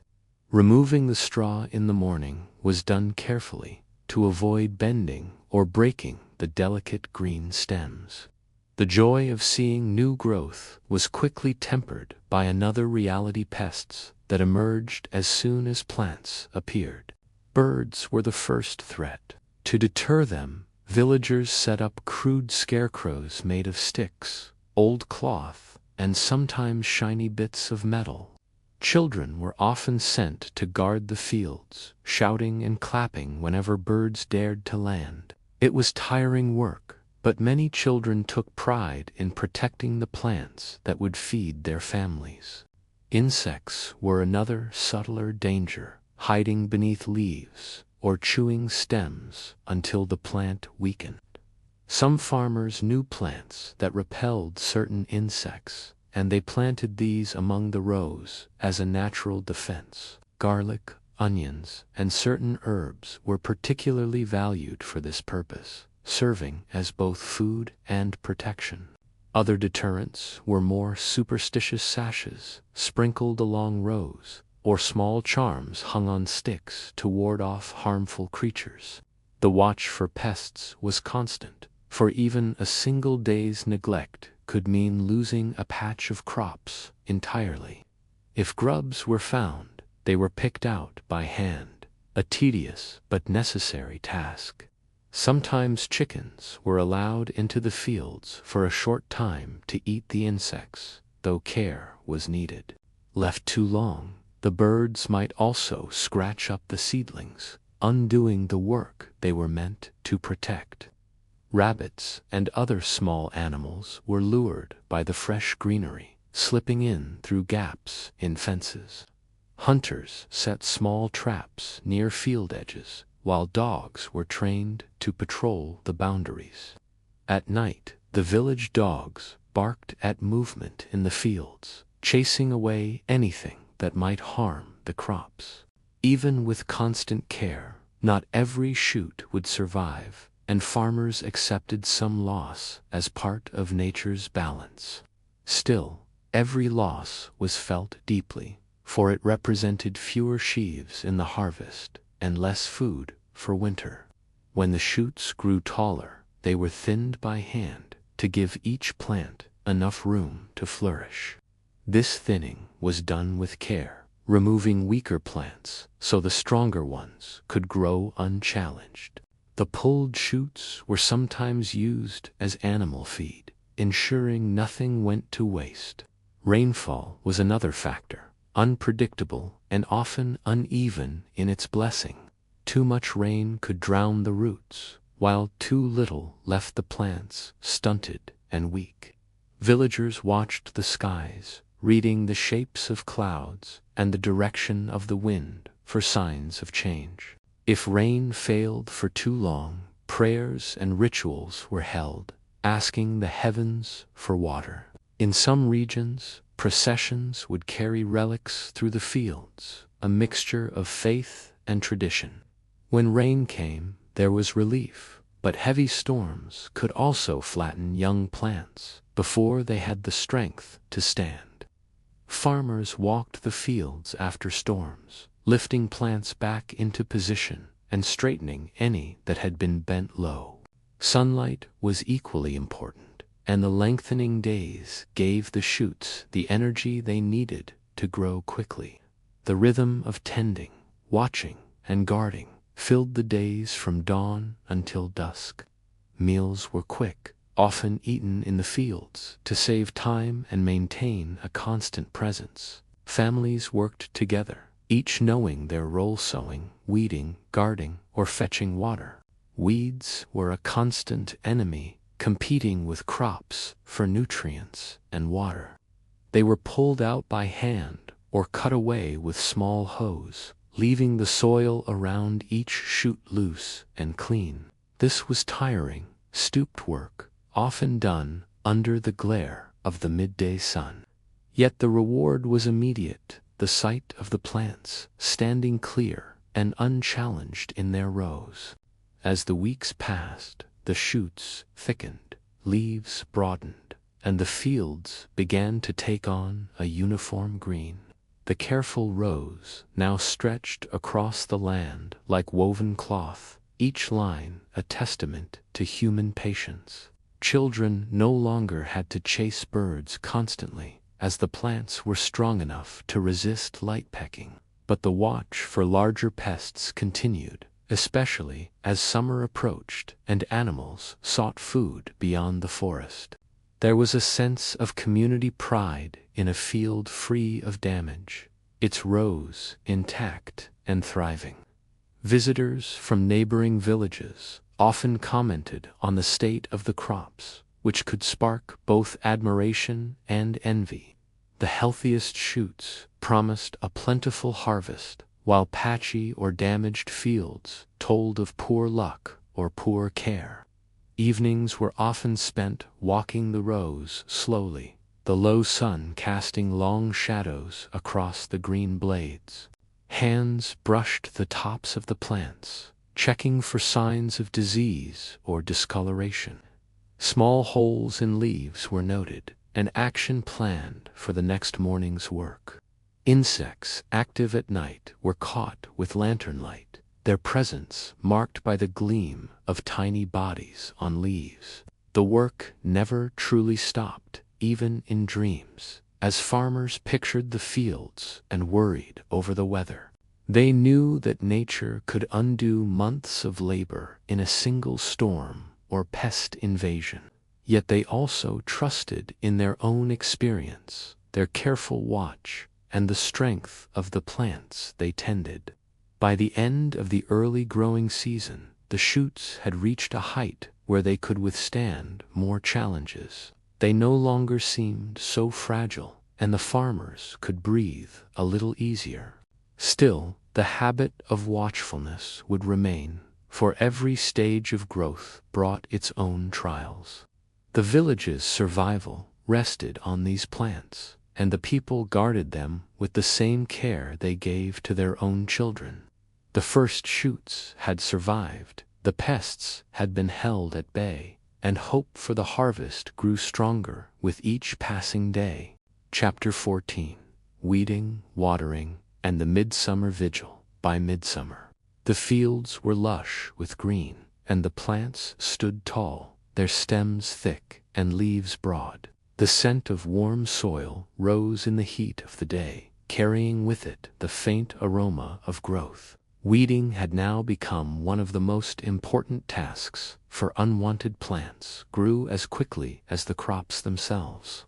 Weeds competed fiercely for water, nutrients, and sunlight, threatening to choke the life from carefully tended rows of food. Farmers began each morning early, while the air was still cool, to pull weeds from between the crop rows. Some were removed by hand, their roots tugged gently from the soil to avoid disturbing nearby plants. Others were cut away with sharpened hoes, slicing cleanly just beneath the surface of the earth. Children often joined in, crawling between the rows to reach the stubborn weeds that adults overlooked. This work demanded patience, as one careless movement could damage a young stalk and undo weeks of growth. Weeding also meant keeping an eye out for signs of plant disease or insect damage hidden among the leaves. Spots of yellow, curling edges, or unexpected holes could mean pests had returned despite earlier precautions. Those plants showing signs of trouble were carefully inspected, and sometimes removed entirely to prevent spread to healthier rows. Midsummer heat made these tasks more difficult, as the sun climbed high and shadows vanished from the fields. Farmers wore wide-brimmed hats and wrapped their necks with cloths to guard against sunburn. Buckets of water were kept nearby, not just for drinking, but for dampening the soil before pulling stubborn weeds. The soil itself told stories, cracking in dry spells or clinging heavy during humid, wet days. Watering was another crucial task, and in midsummer it could mean the difference between survival and failure. In years of steady rainfall, nature did much of the work, but drought seasons brought endless worry. Some villages had dug simple irrigation channels from nearby streams, guiding water into the fields during the driest weeks. Others relied on carrying buckets from wells or ponds, a back-breaking job repeated many times each day. The water was poured carefully at the base of each plant, soaking into the roots without wasting a drop. In places where water was scarce, a deep understanding of soil and shade helped farmers make the most of what they had. Mulching with straw or leaves was a common trick, keeping the soil moist for longer and shielding roots from heat. The midday sun was often too strong for watering. So much of it was done early in the morning or at dusk. Evenings became a time of quiet labor as families worked side by side with the light softening around them. The sound of water splashing against earth mixed with the rustle of leaves stirred by a gentle wind. As summer reached its height, vigilance became more important than ever, for this was the season of sudden threats. Insects multiplied quickly in the warmth, moving in swarms that could strip a patch of plants overnight. Birds, no longer content with insects alone, pecked at ripening vegetables and grain heads. Fences were checked daily, patched with fresh wood or woven brush to keep out wandering animals. Dogs patrolled the boundaries, barking sharply at any movement along the edges of the field. Scarecrows were redressed with brighter cloth or tinkling bits of metal to keep birds wary. Even with all this care, the farmers never assumed their crops were safe. Nature could change in an instant. A single hailstorm could shred leaves and snap stems, turning a green field into a ruin of broken plants. High winds could topple the tallest stalks, forcing farmers to stake them upright again before they bent permanently. When such damage occurred, neighbors often worked together, moving quickly to save as much as they could. The bonds of a farming community were strengthened in these moments, as survival was truly a shared effort. By night, the fields took on a different character, quiet but not entirely still. Lanterns swung in the hands of those making late inspections, their light catching glints of moisture on the leaves. Some pests, like slugs or certain beetles, were more active after dark and could be gathered by hand.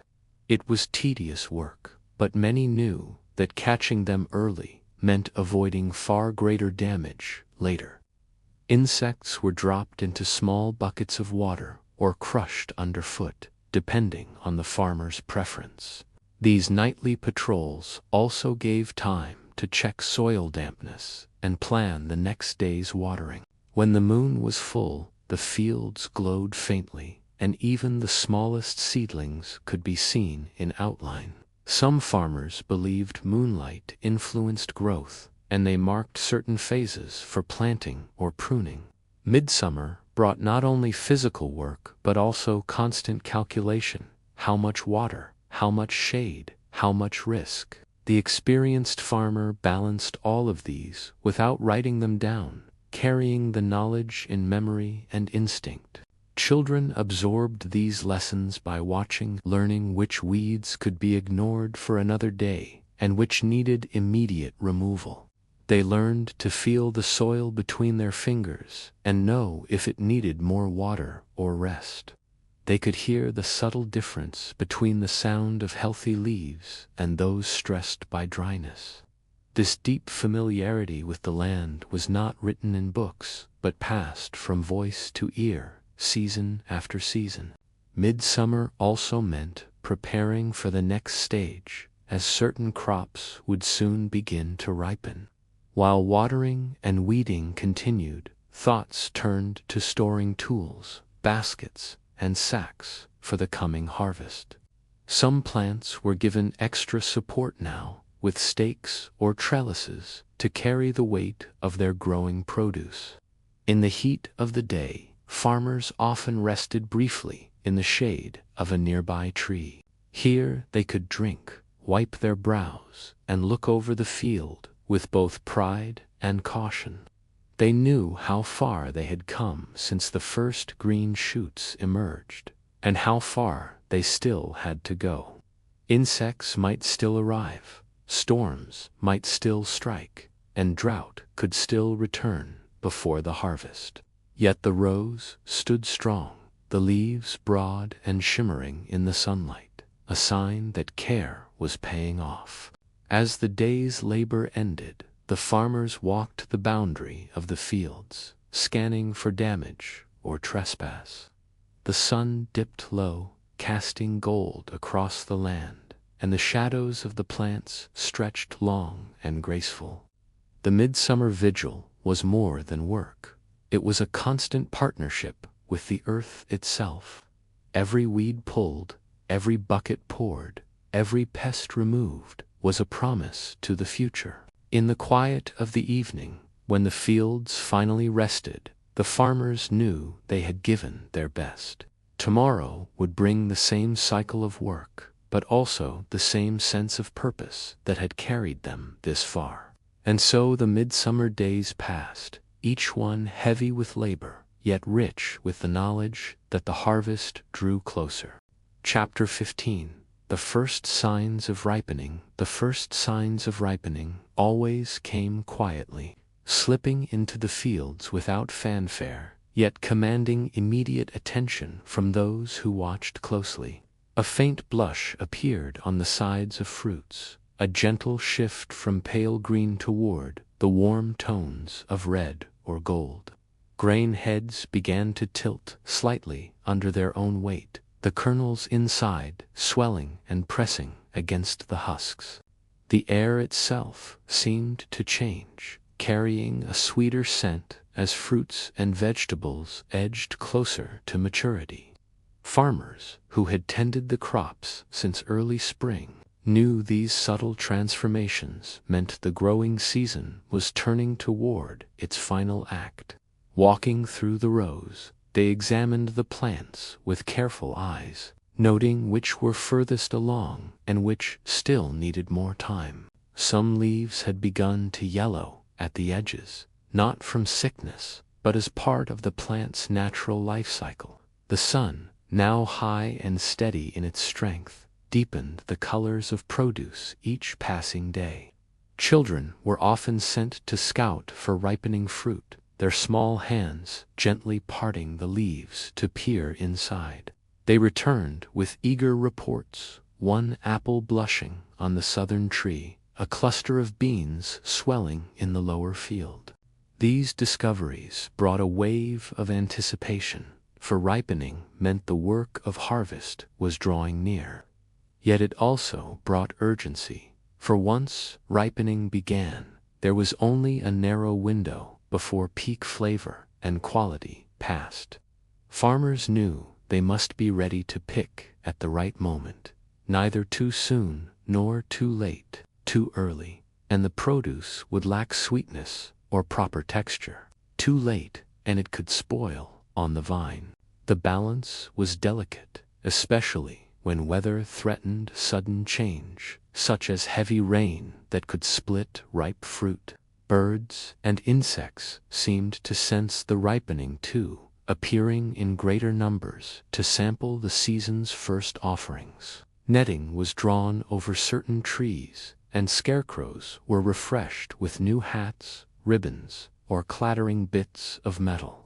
Some farmers hung strips of bright cloth that fluttered in the wind, startling the smaller birds from landing. Others relied on their dogs to patrol the orchard edges, barking at any winged trespassers that dared to linger. In the vegetable beds, ripening tomatoes and peppers were tucked deeper among the leaves to protect them from curious pests. The earth itself seemed to hum with energy, as if aware that its long effort was nearing fulfillment. Walking barefoot between the rows at sunset, one could feel the residual heat stored in the soil from the day. This warmth, combined with cooler nights, coaxed the plants toward their final, glorious stage of growth. Farmers often paused during evening rounds, kneeling to touch the fruit gently, gauging firmness, color, and fragrance. A tomato with just the right give beneath the fingers, or a melon emitting a rich aroma, meant the wait was nearly over. Some crops ripened in uneven waves, with the first ready long before the last, requiring repeated visits to the same plants. This staggered ripening meant daily vigilance, as missing the perfect moment could mean losing valuable food for the season. Families began preparing baskets, crates, and cloth sacks, mending old ones or weaving new from reeds and fibers. Every able-bodied member of the household knew they would soon be called to gather, carry, and sort the harvest. The first small pickings often went straight to the table, a celebration of fresh taste after months of waiting. Slices of cucumber crisp from the morning dew, or the first handful of berries, made the day's labor feel lighter.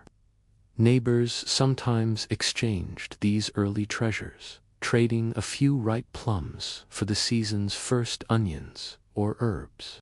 Such exchanges were not only practical but also built bonds between families, ensuring help would be at hand during the larger harvest. In the granaries, preparations began for the coming influx of grain, as floor spaces were swept and bins inspected for pests. Tools for threshing and winnowing were checked, and the miller was reminded that his busiest season was almost upon him. In the orchards, ladders were inspected for loose rungs, for soon they would be needed to reach the highest branches. Farmers knew ripening was not just a sign of plenty, but also an invitation to greater responsibility. They must move quickly, watch keenly, and protect fiercely if they wished to see their efforts rewarded in full. A sudden storm could shake ripe fruit from branches, bruising it beyond saving before it ever reached the table. Too much rain could swell grains or cause vegetables to split, turning a perfect crop into waste overnight. Even so, the sight of ripening was deeply satisfying, a quiet proof of months of patient, careful work. It reminded farmers that the labor of planting, watering, weeding, and guarding had a purpose beyond the work itself. In the cool of the morning, ripening produce shone with beads of dew, each drop catching the rising sunlight. By midday, the colors deepened, and the scent of ripe fruit thickened in the warm, still air. Children and elders alike found excuses to pass through the gardens, drawn by the beauty of the changing plants. Some plucked a berry or bean here and there, though they were careful not to take too much before the main harvest. Meals grew richer now, as more ingredients were taken fresh from the fields and cooked the same day. Herbs were clipped to season vegetables, and the first loaves of bread baked with fresh grain were eagerly shared. Ripening was a bridge between the long effort of growing and the satisfaction of storing food for the colder months. It was a time of abundance in small, sweet portions before the flood of the full harvest arrived. The first signs of ripening also inspired songs and stories, many of which were passed down through generations. Tales spoke of the year when the apples ripened early and the cider was sweeter than anyone could remember, or the summer when a late frost spared only the northern fields, making their fruit all the more prized. Around the evening fire, such stories mixed with practical talk of weather, pests, and the state of the fields. In this way, ripening was not only a physical process, but also a cultural marker of community life. It marked the turning point in the year when effort began to pay invisible, tangible rewards. Standing at the edge of a field in late afternoon, one could almost feel the season breathing in and out. Every plant seemed to stand taller, heavier, as if aware its role was nearly complete. The farmers, too, straightened their backs, knowing the hardest work was yet to come, but also the most rewarding. Ripening was not the end. It was the signal to prepare for the moment when the fields would finally give back all they had received. Chapter 16. The Rush of the Harvest. The rush of the harvest began like a drumbeat, slow at first, then gathering speed until every waking moment was filled with motion. Before dawn, lanterns glowed faintly in windows as families rose early, eager to make use of every possible hour of daylight. The cool morning air carried the scent of ripening grain, sun-warmed fruit, and the faint must of freshly turned soil. Voices called softly across the yards, rallying children, neighbors, and hired hands to join in the day's labor. Tools were gathered, sickles sharpened, baskets stacked, and carts repaired in anticipation of heavy loads to be hauled from the fields. In the orchards, ladders were leaned against trees, their wooden rungs worn smooth from years of climbing during harvest. Every able hand found a task plucking apples, cutting grain, gathering vegetables, or shaking nuts from branches into waiting cloths. There was a shared urgency, for the harvest did not wait for leisure, and weather could turn with little warning. Birdsong was replaced by the rustle of leaves, the thud of falling fruit, and the rhythmic swish of sickles in grain. Children scurried between the rows with smaller baskets, ferrying full loads to the larger wagons, where older workers stacked the produce. The sun climbed steadily, drying the dew from the plants, and warming the backs of those bent over their work. Sweat beaded on foreheads, and the smell of ripening fruit grew stronger as the day deepened into golden light.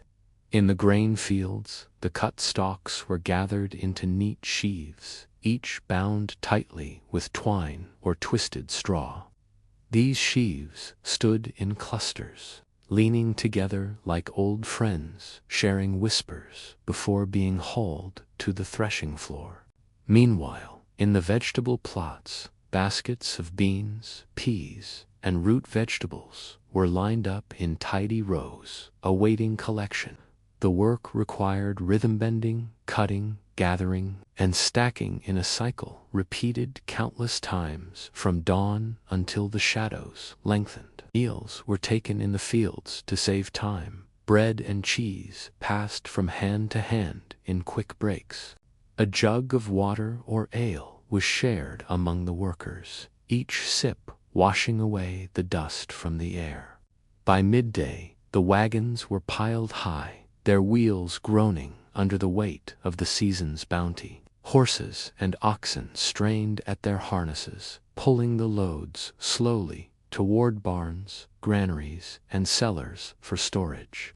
Inside these storage places, more hands waited to receive the harvest, spreading grain to dry or stacking crates in the cool shade. Even the youngest children contributed, sorting smaller fruits, picking leaves from herbs, or helping to count the number of baskets brought in. The air inside the barns was warm and heavy with the mingled scents of hay, grain, and ripe produce. The pace never slowed, for while one cart was being unloaded, another was already rumbling into the yard. Laughter and shouting carried over the fields, the sounds of fatigue mixing with the satisfaction of progress made. In the orchards, the later ripening trees still held their bounty, demanding careful picking to avoid bruising the tender fruit. Some workers sang as they worked, old songs whose rhythms matched the movements of cutting, lifting, and stacking. Others worked in companionable silence, each absorbed in the steady repetition of the task before them. By late afternoon, the light grew softer, casting long shadows that stretched across the laden fields. Still, the harvest pressed on, for the day's work was not done until the fields told you it was enough.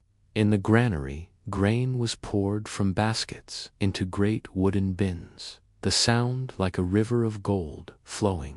Elsewhere, root vegetables were brushed free of soil and laid carefully in rows to cure for winter storage. Fruits destined for immediate use were sorted apart from those firm enough to keep for months in cool cellars.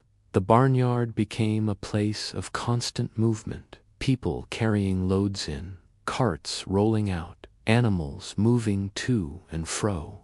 Cooking fires were stoked in the yard so the evening meal could be ready as soon as work ceased. When the sun finally kissed the horizon, workers gathered for a moment to rest, wiping their brows and stretching aching backs.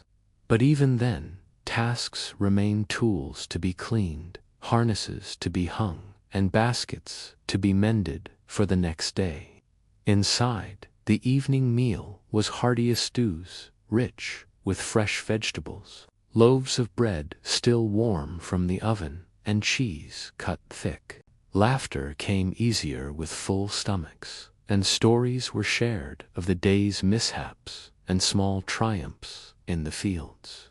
Plans were made for the morning, deciding which plots to finish and which storage areas still needed attention. The rush of the harvest left little time for anything beyond the work, but there was a deep joy in the effort.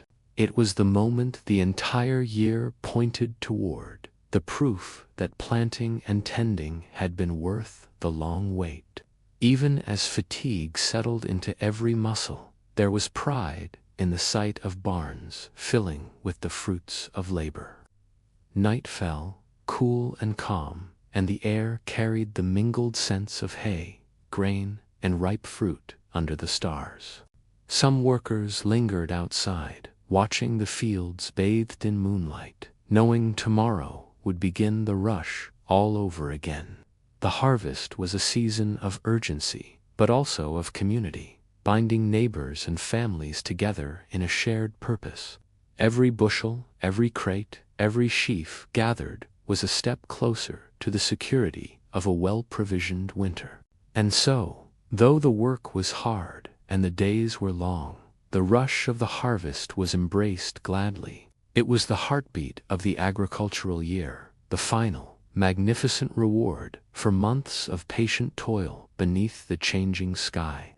When the last cart rolled in and the final sheaf was stacked, the farm would exhale, the rush fading into memory.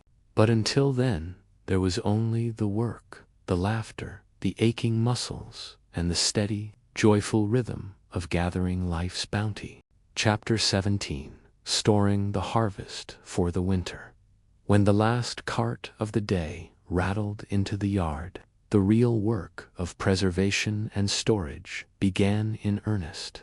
Every bushel, basket, and bundle had to be carefully handled, for careless storage could ruin months of careful labor. In the granary, great wooden bins stood open, ready to receive the grain brought in from the threshing floor. Workers poured baskets of golden kernels into these bins, the sound like soft rain falling on a wooden roof. The bins were lined with smooth boards to keep out moisture and to discourage pests from finding a foothold. Grain was leveled evenly with wooden rakes, preventing pockets where dampness could gather and cause dangerous mold to spread. In cooler corners of the barn, woven sacks were filled and tied, ready for transport to mills or markets in winter. The air was thick with the scent of fresh-cut straw, warm grain, and the faint musk of the barn timbers. Elsewhere, the root cellar became the center of attention, for it was the fortress against hunger in the coldest months. A narrow door opened to reveal a cool, dark space dug deep into the earth, lined with stone for insulation. Inside, shelves of rough planks and bins of sand awaited the season's bounty, ready to cradle vegetables for months. Carrots, parsnips, and turnips were packed in layers of damp sand, each root cushioned to prevent bruising or rot. Potatoes were sorted by hand, with the healthiest and largest kept aside for eating, and smaller ones saved for seed. Cabbages were hung upside down from hooks along the ceiling, their outer leaves left in place to shield the heart. Baskets of onions and garlic were stacked against the far wall, their papery skins rustling softly in the dim light. In another corner, apples were laid out in single layers on straw, each one checked for blemishes before storage. A single spoiled apple could spread rot to dozens, so each piece of fruit was inspected with great care. Nearby, pears and late plums were stored in wooden crates, their fragrance a reminder of the fading summer. In the pantry above, jars of preserves. Honey was sealed in clay jars or wooden barrels, for it kept without spoiling and served as food and medicine. Jars of pickled vegetables lined another shelf, the vinegar temps preserved against the long months ahead. Herbs dried in bunches hung from the beams, their brittle leaves waiting to flavor soups and stews in midwinter. Sacks of dried beans and peas were stacked in corners, their sturdy seeds able to last until the next planting. Cheeses, wrapped in cloth and coated with wax, were arranged on wooden boards in the cool larder. In a small alcove, smoked meats and fish hung from hooks, their rich scent filling the air with promise. This food was the household's shield against the bite of frost, the hunger of late winter, and the uncertainty of the next harvest. Each stored item represented hours of labor, from the planting in spring to the gathering during the rush of autumn. The entire household took part in the work, passing baskets, sorting produce, and marking where each item was placed. Records were kept in memory more than on paper, knowing which barrel held the grain, which shelf held the sweetest apples. The storage areas were carefully protected from dampness, for moisture was the silent enemy that could undo all efforts. Doors were fitted tightly, gaps stuffed with straw to keep out cold drafts and the creeping fingers of frost. Cats were welcomed into the barns and cellars, for they hunted the mice that might try to raid the stores. Some homes burned small lamps in the root cellars during the coldest nights, the heat keeping frost from creeping in. Even with all these precautions, there was no guarantee. Only vigilance and care could see the stores last until spring.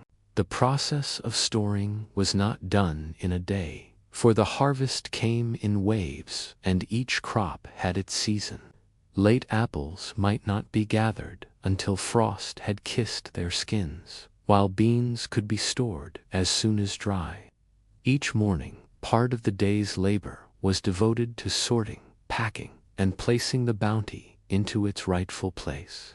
In the evenings, after the last chores, families would sometimes step into the storage rooms just to admire their work. It was a quiet satisfaction to see shelves bending under the weight of jars, bins brimming with grain, and baskets filled.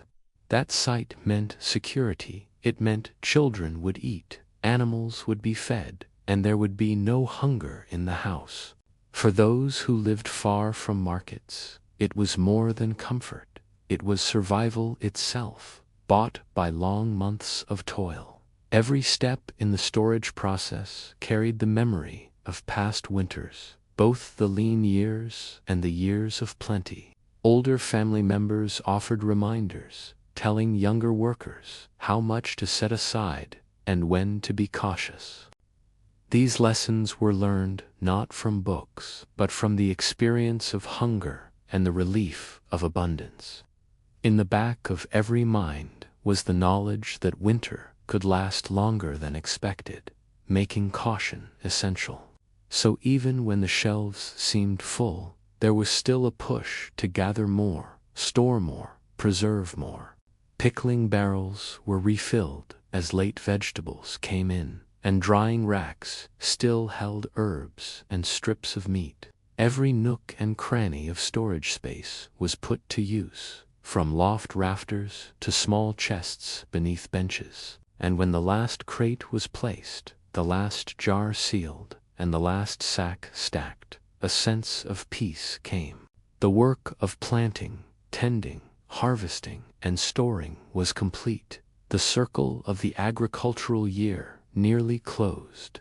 Now the household could turn its attention to other winter labors, mending, crafting, and tending to animals in the frost.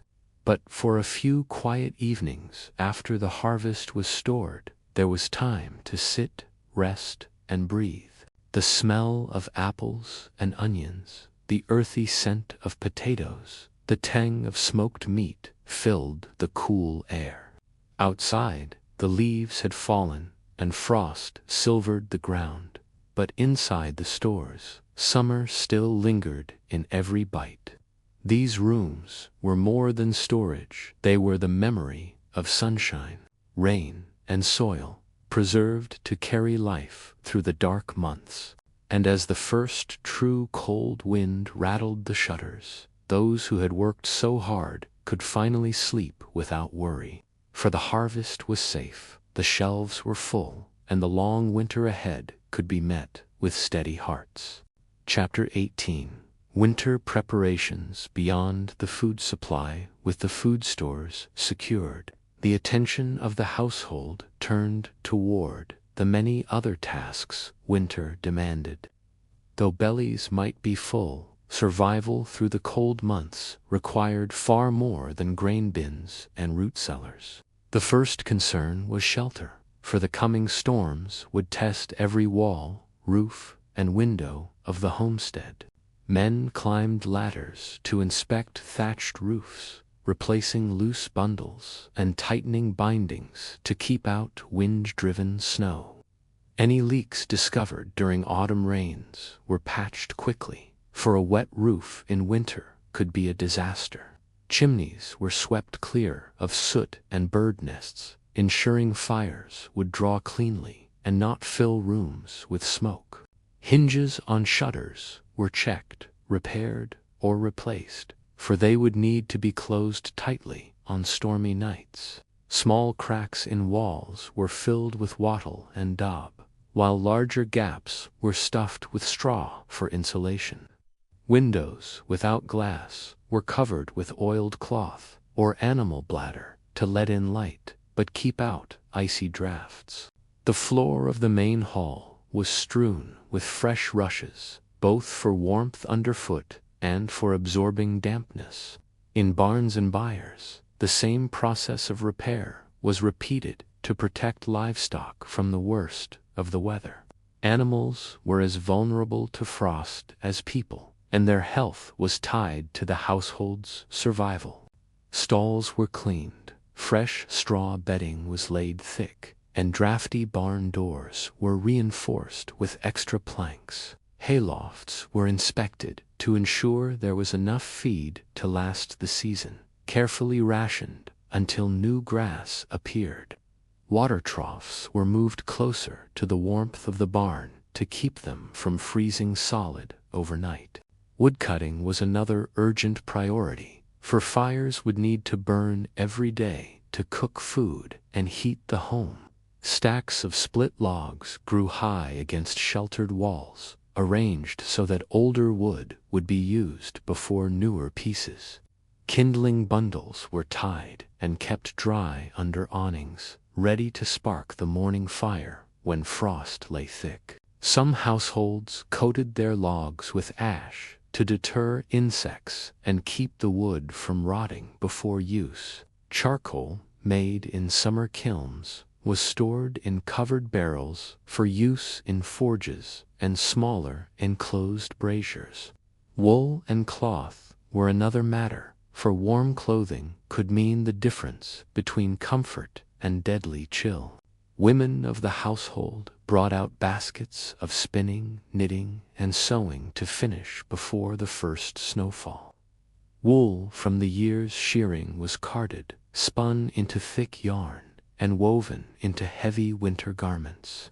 Old cloaks were mended, worn boots patched, and mittens lined with fur for those who worked outdoors.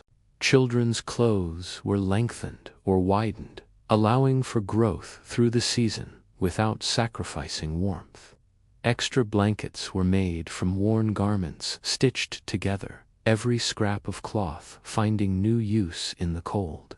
Leather goods were treated with tallow or oil to keep them supple and resistant to winter dampness. Farm tools and household implements were inspected, cleaned, and repaired, for winter work still required sturdy equipment. Metal parts were oiled to prevent rust, and wooden handles were smoothed to avoid splinters in cold hands. Hunting gear was sharpened and strung, as game might supplement the stored food during the linnest weeks. Lanterns and candles were counted, their light essential for long nights, when the sun barely cleared the horizon.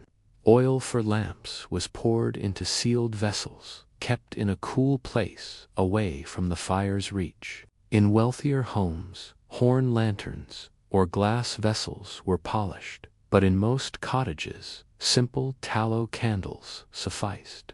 Medicinal supplies were gathered, dried herbs hung from beams, and ointments stored for coughs, fevers, and frostbite. Bundles of dried sage, thyme, and rosemary would season food, but also serve in healing teas during illness. Some herbs were burned to cleanse the air, a practice half practical and half rooted in superstition. Water storage was also arranged, for wells could freeze, and ice had to be melted before drinking. Large barrels were filled in advance and kept indoors, so there would always be water for cooking and cleaning. The mental preparation for winter was as real as the physical, for the cold months were long and confining. Families brought in games, musical instruments, and stories to share by the hearth to pass the time. Looms were set up for weaving, small carpentry projects begun, and leatherwork undertaken to keep hands busy. Children were taught letters, numbers, or simple songs, learning indoors when the fields lay sleeping under frost. Some households prepared for winter festivals well in advance, saving dried fruit, honey, and small luxuries for midwinter feasts. In villages, neighbors exchanged gifts of goods or labor before snow made travel difficult or impossible. It was wise to settle debts and strengthen friendships before the season when mutual help might be needed. Those who relied on trade ensured their goods were packed, stored, or transported before icy roads closed. Merchants made their last rounds before frost, selling salt, spices, cloth, and other luxuries to those who could afford them. The final days before deep winter often brought a flurry of activity as everyone rushed to finish preparations. A forgotten roof leak, an unpatched cloak, or an empty woodpile could mean misery before the thaw. Once the first snow fell and the roads became treacherous, households settled into a rhythm dictated by necessity. Daily tasks shifted from fields and markets to hearth and storerooms, where every resource was carefully managed. Evenings were quieter, punctuated by the crackle of fire and the wind rattling shutters in the darkness. But the long months ahead felt less threatening when the work of preparation had been thorough and complete. For winter's bite could be endured when walls were strong, fires warm, clothes thick, and supplies well tended. And so the people of the village, their homes fortified and their hands weary, welcomed the season with steady hearts. Chapter 19. The first signs of winter's end. The first sign of winter loosening its grip was not the sight, but the sound of dripping water. Icicles that had hung like jagged teeth from rooftops began to thin, their steady melting tapping against wooden eaves. Snowbanks, once crisp and powdery, sagged under their own weight, shrinking slowly into misshapen lumps streaked with earth and gravel. The air itself seemed to change, losing the knife's-edge chill that had dominated for so many long weeks. A faint scent of damp soil drifted on the breeze, awakening memories of plowing, planting, and green fields.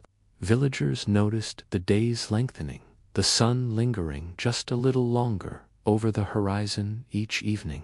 The extra light brought renewed energy, and with it an eagerness to think beyond the confines of the hearth. Children were the first to race outside without heavy cloaks, eager to test the world beyond the snowbound lanes. Though their boots still crunched over patches of ice, the ground beneath was no longer locked in unyielding frost. In the hedgerows, buds began to swell, though most were still wrapped tightly against the uncertainty of the season. A few hardy birds returned from their winter absence, their calls tentative but clear in the still cool morning air. Ravens, who had remained all winter, now croaked from the treetops, watching the stirrings of life below. Streams that had frozen to a glassy stillness now broke apart, their waters gurgling over stones as ice drifted away. Cattle, long kept in the shelter of barns, were led out cautiously to stretch their legs in the pale sun. Their breath still steamed in the morning chill, but their lowing sounded almost content as they nosed at thawing grass. Sheep shook off their winter coats of frost and huddled less tightly, wandering to nibble at patches of new growth. Goats, ever curious, picked their way along half-melted paths, searching for twigs or bark loosened by the thaw. Farmers inspected their fields, walking the boundaries to see how the earth had fared under the weight of snow. In some places, the soil was still hard and wet. In others, it had softened enough to leave boot prints. Small pools of meltwater formed in the hollows, reflecting the pale blue of the early spring sky. Though the air still carried a bite, the promise of warmth seemed closer with each passing afternoon. In the village, shutters were opened during the day to let in the weak but welcome sunlight. Houses smelled less of smoke and stored provisions as fresh air moved through rooms long sealed against the cold. The sound of hammers echoed again as repairs postponed by the frost were finally undertaken. Roofs were checked for damage from the weight of snow, and loose thatch was replaced before spring rains arrived. Fences, broken under the pressure of drifts or the hunger of foraging animals, were mended to protect new plantings. In gardens, villagers cleared away the straw and brush used to insulate herb beds through the winter. Green shoots of hardy plants, like leeks and chives, poked through the soil, fragile yet defiant against lingering frost. Women brought out baskets of seed saved from the last harvest, checking their condition after months of careful storage. The seeds were counted, sorted, and set aside for planting when the ground was ready to receive them. Tools, long stored in sheds or by the hearth, were brought into the light for sharpening and repair. The iron blades of hoes and plows were scraped clean of rust, then polished to a dull sheen. Wooden handles were oiled to restore strength, the scent of linseed mingling with the smell of thawing earth. Men discussed which fields would be turned first, debating the weather patterns and the best time to begin. Old almanacs were consulted, and the memories of elders weighed heavily in the making of these decisions. Not all the signs of winter's end were welcome, for the thaw brought its share of challenges. Mud became a constant companion, sucking at boots and wagon wheels, slowing every trip between village and field. Flooded lowlands threatened the early crops if planting came too soon, and the cold could still return without warning. Illness often lingered, as bodies weakened by months indoors struggled to adapt to the damp spring air. Still, the general mood in the village lifted, for the worst of the season was surely behind them. Evenings remained cool enough for a fire, but the logs burned more slowly, as warmth came more easily. Candles lasted longer, for the days no longer ended in darkness before supper was eaten. Neighbors visited more often, crossing paths along thawing lanes where once only snow and silence had lain. Conversations shifted from winter survival to spring opportunity, from scarcity to the work of growing and replenishing. Children carried small baskets to gather the first offerings of the changing seasonally herbs, eggs, and wild greens. In the forests, the sap began to rise in the trees, a sign that deeper warmth was on the way. Those who tapped maples or birches readied their buckets, eager for the first sweet taste of the year. Birdsong grew stronger with each dawn, filling the air with a music absent for months of stillness. The rhythms of life, slowed almost to a halt by snow and ice, began to quicken once again. Even the animals sensed the shift, their movements more lively, their eyes more alert as the days stretched longer. Horses were brushed free of their thick winter coats, their manes combed in preparation for the coming work. Dogs, once content to curl by the hearth, ranged farther, sniffing out scents newly released from the thawing earth. The first market days of the season were small, but they brought an excitement that the winter markets lacked. Fresh milk appeared alongside the last of the winter stores, and baskets of eggs replaced dried and salted goods. The village square felt alive again, the sound of trade and laughter replacing the muffled quiet of snowbound months. Travelers who had been snowed in for weeks reappeared, bringing news from distant towns and fresh goods for barter. The roads, though still rutted and muddy, were passable again for carts carrying timber, grain, or livestock. By the time the first true warm day arrived, the signs of winter's end were impossible to ignore. The landscape, once a monochrome of white and gray, began to take on hints of green and gold.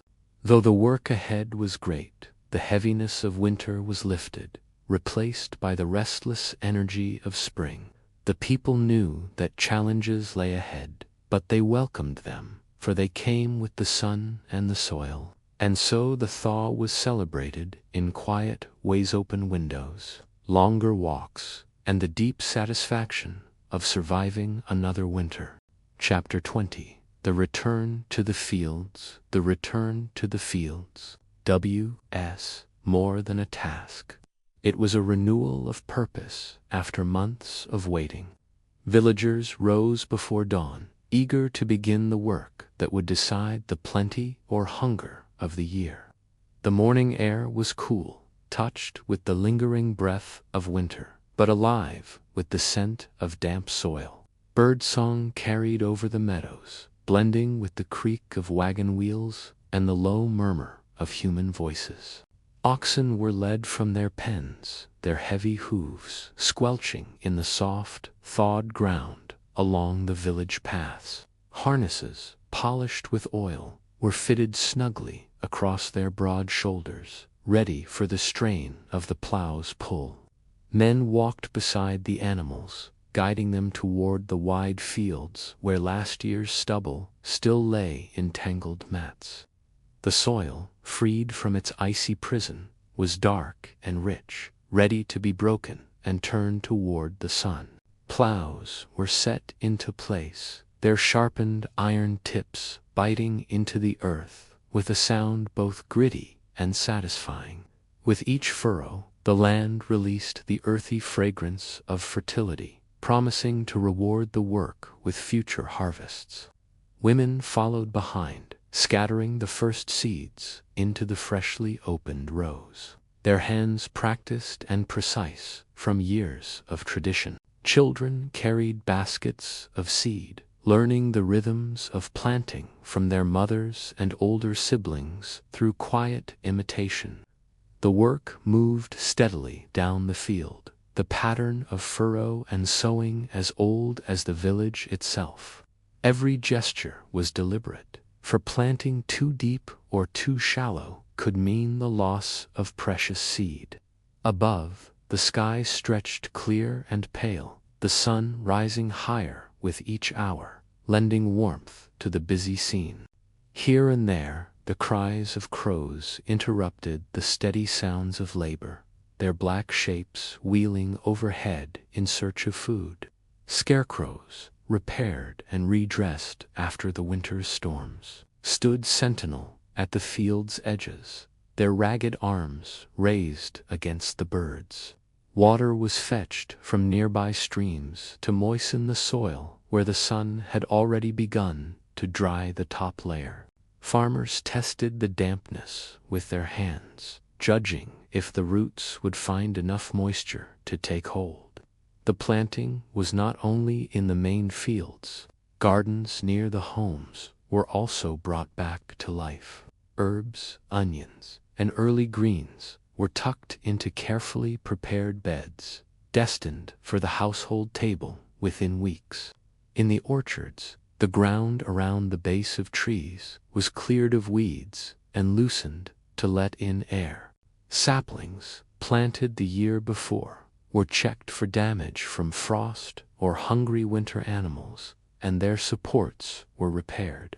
The sound of hoes striking the earth echoed between houses, blending with the distant calls of herds in pasture. Flocks of sheep grazed on the first tender shoots in the meadow, watched closely by shepherds with long staves. Goats wandered along the hedgerows, nibbling buds, their activity a reminder that spring's growth must be guarded as well as nurtured. By midday, the sun warmed the backs of the workers, and cloaks were cast aside in favor of light tunics. Meals were taken in the field, simple bread, cheese, and dried meat eaten with hands still stained from the soil. Water was drunk from shared wooden cups or from cool streams nearby, the taste fresh after the winter's stored barrels. Work resumed quickly after the meal, for every hour of daylight in planting season was too valuable to waste. In some fields, beans and peas were pushed into the earth, chosen for their ability to grow in the cool spring. In others, hardy grains were sown, destined to become the bread that sustained life through the next winter. The fields closest to the village received the most attention first, for they were easiest to protect from pests. Furrows stretched like dark lines across the landscape, each a promise of food to come if the season was kind. In the distance, the forest edges began to show the first pale green of unfurling leaves against the darker pines. The land itself seemed to breathe again, its silence of winter replaced by the steady pulse of human effort.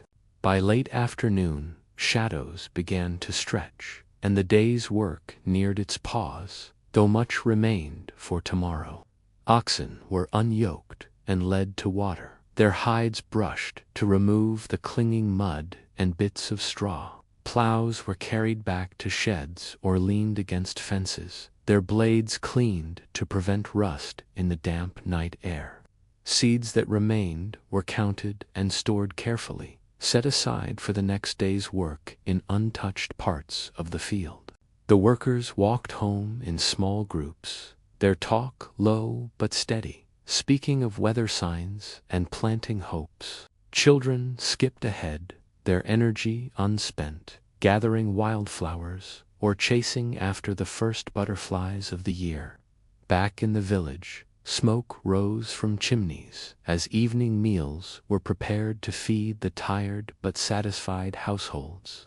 Porridge simmered in large pots, sometimes flavored with the last of the dried fruit from the winter's stores.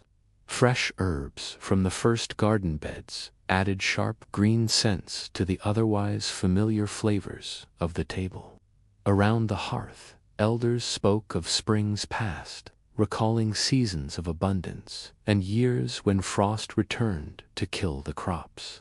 Their stories reminded the younger listeners that planting was only the beginning of the long gamble with nature. Yet hope was strong, for the rhythm of work and growth was as much a part of life as breathing. Before night fully fell, some villagers walked back to the fields to check for signs of animal tracks. Lanterns bobbed in the dark, marking the slow path of those setting snares or strengthening fences against hungry deer and rabbits. The stars emerged overhead, bright in the crisp air, and the coolness of night returned, wrapping the land in stillness. From the ridge above the village, the fields looked like a patchwork of dark, freshly turned earth and pale paths. It was a view that promised life, though the true harvest was still months away and far from certain. The first day's return to the fields ended not with triumph but with quiet satisfaction at having begun the great task. Inside the houses, boots were set by the door, hands were washed in cool water, and tools were set aside. Candles burned low as families ate, talked, and planned the next day's labor, their minds already on the work ahead. Beyond the village walls, the night was silent, save for the wind in the bare branches and the distant call of owls. The seeds were in the earth, the plows ready, the people determined, and the cycle of life begun anew. Tomorrow, and for many tomorrows after, the return to the fields would shape the fate of every household here. And so the village slept, with the scent of turned soil still clinging to their clothes and the promise of spring in their hearts.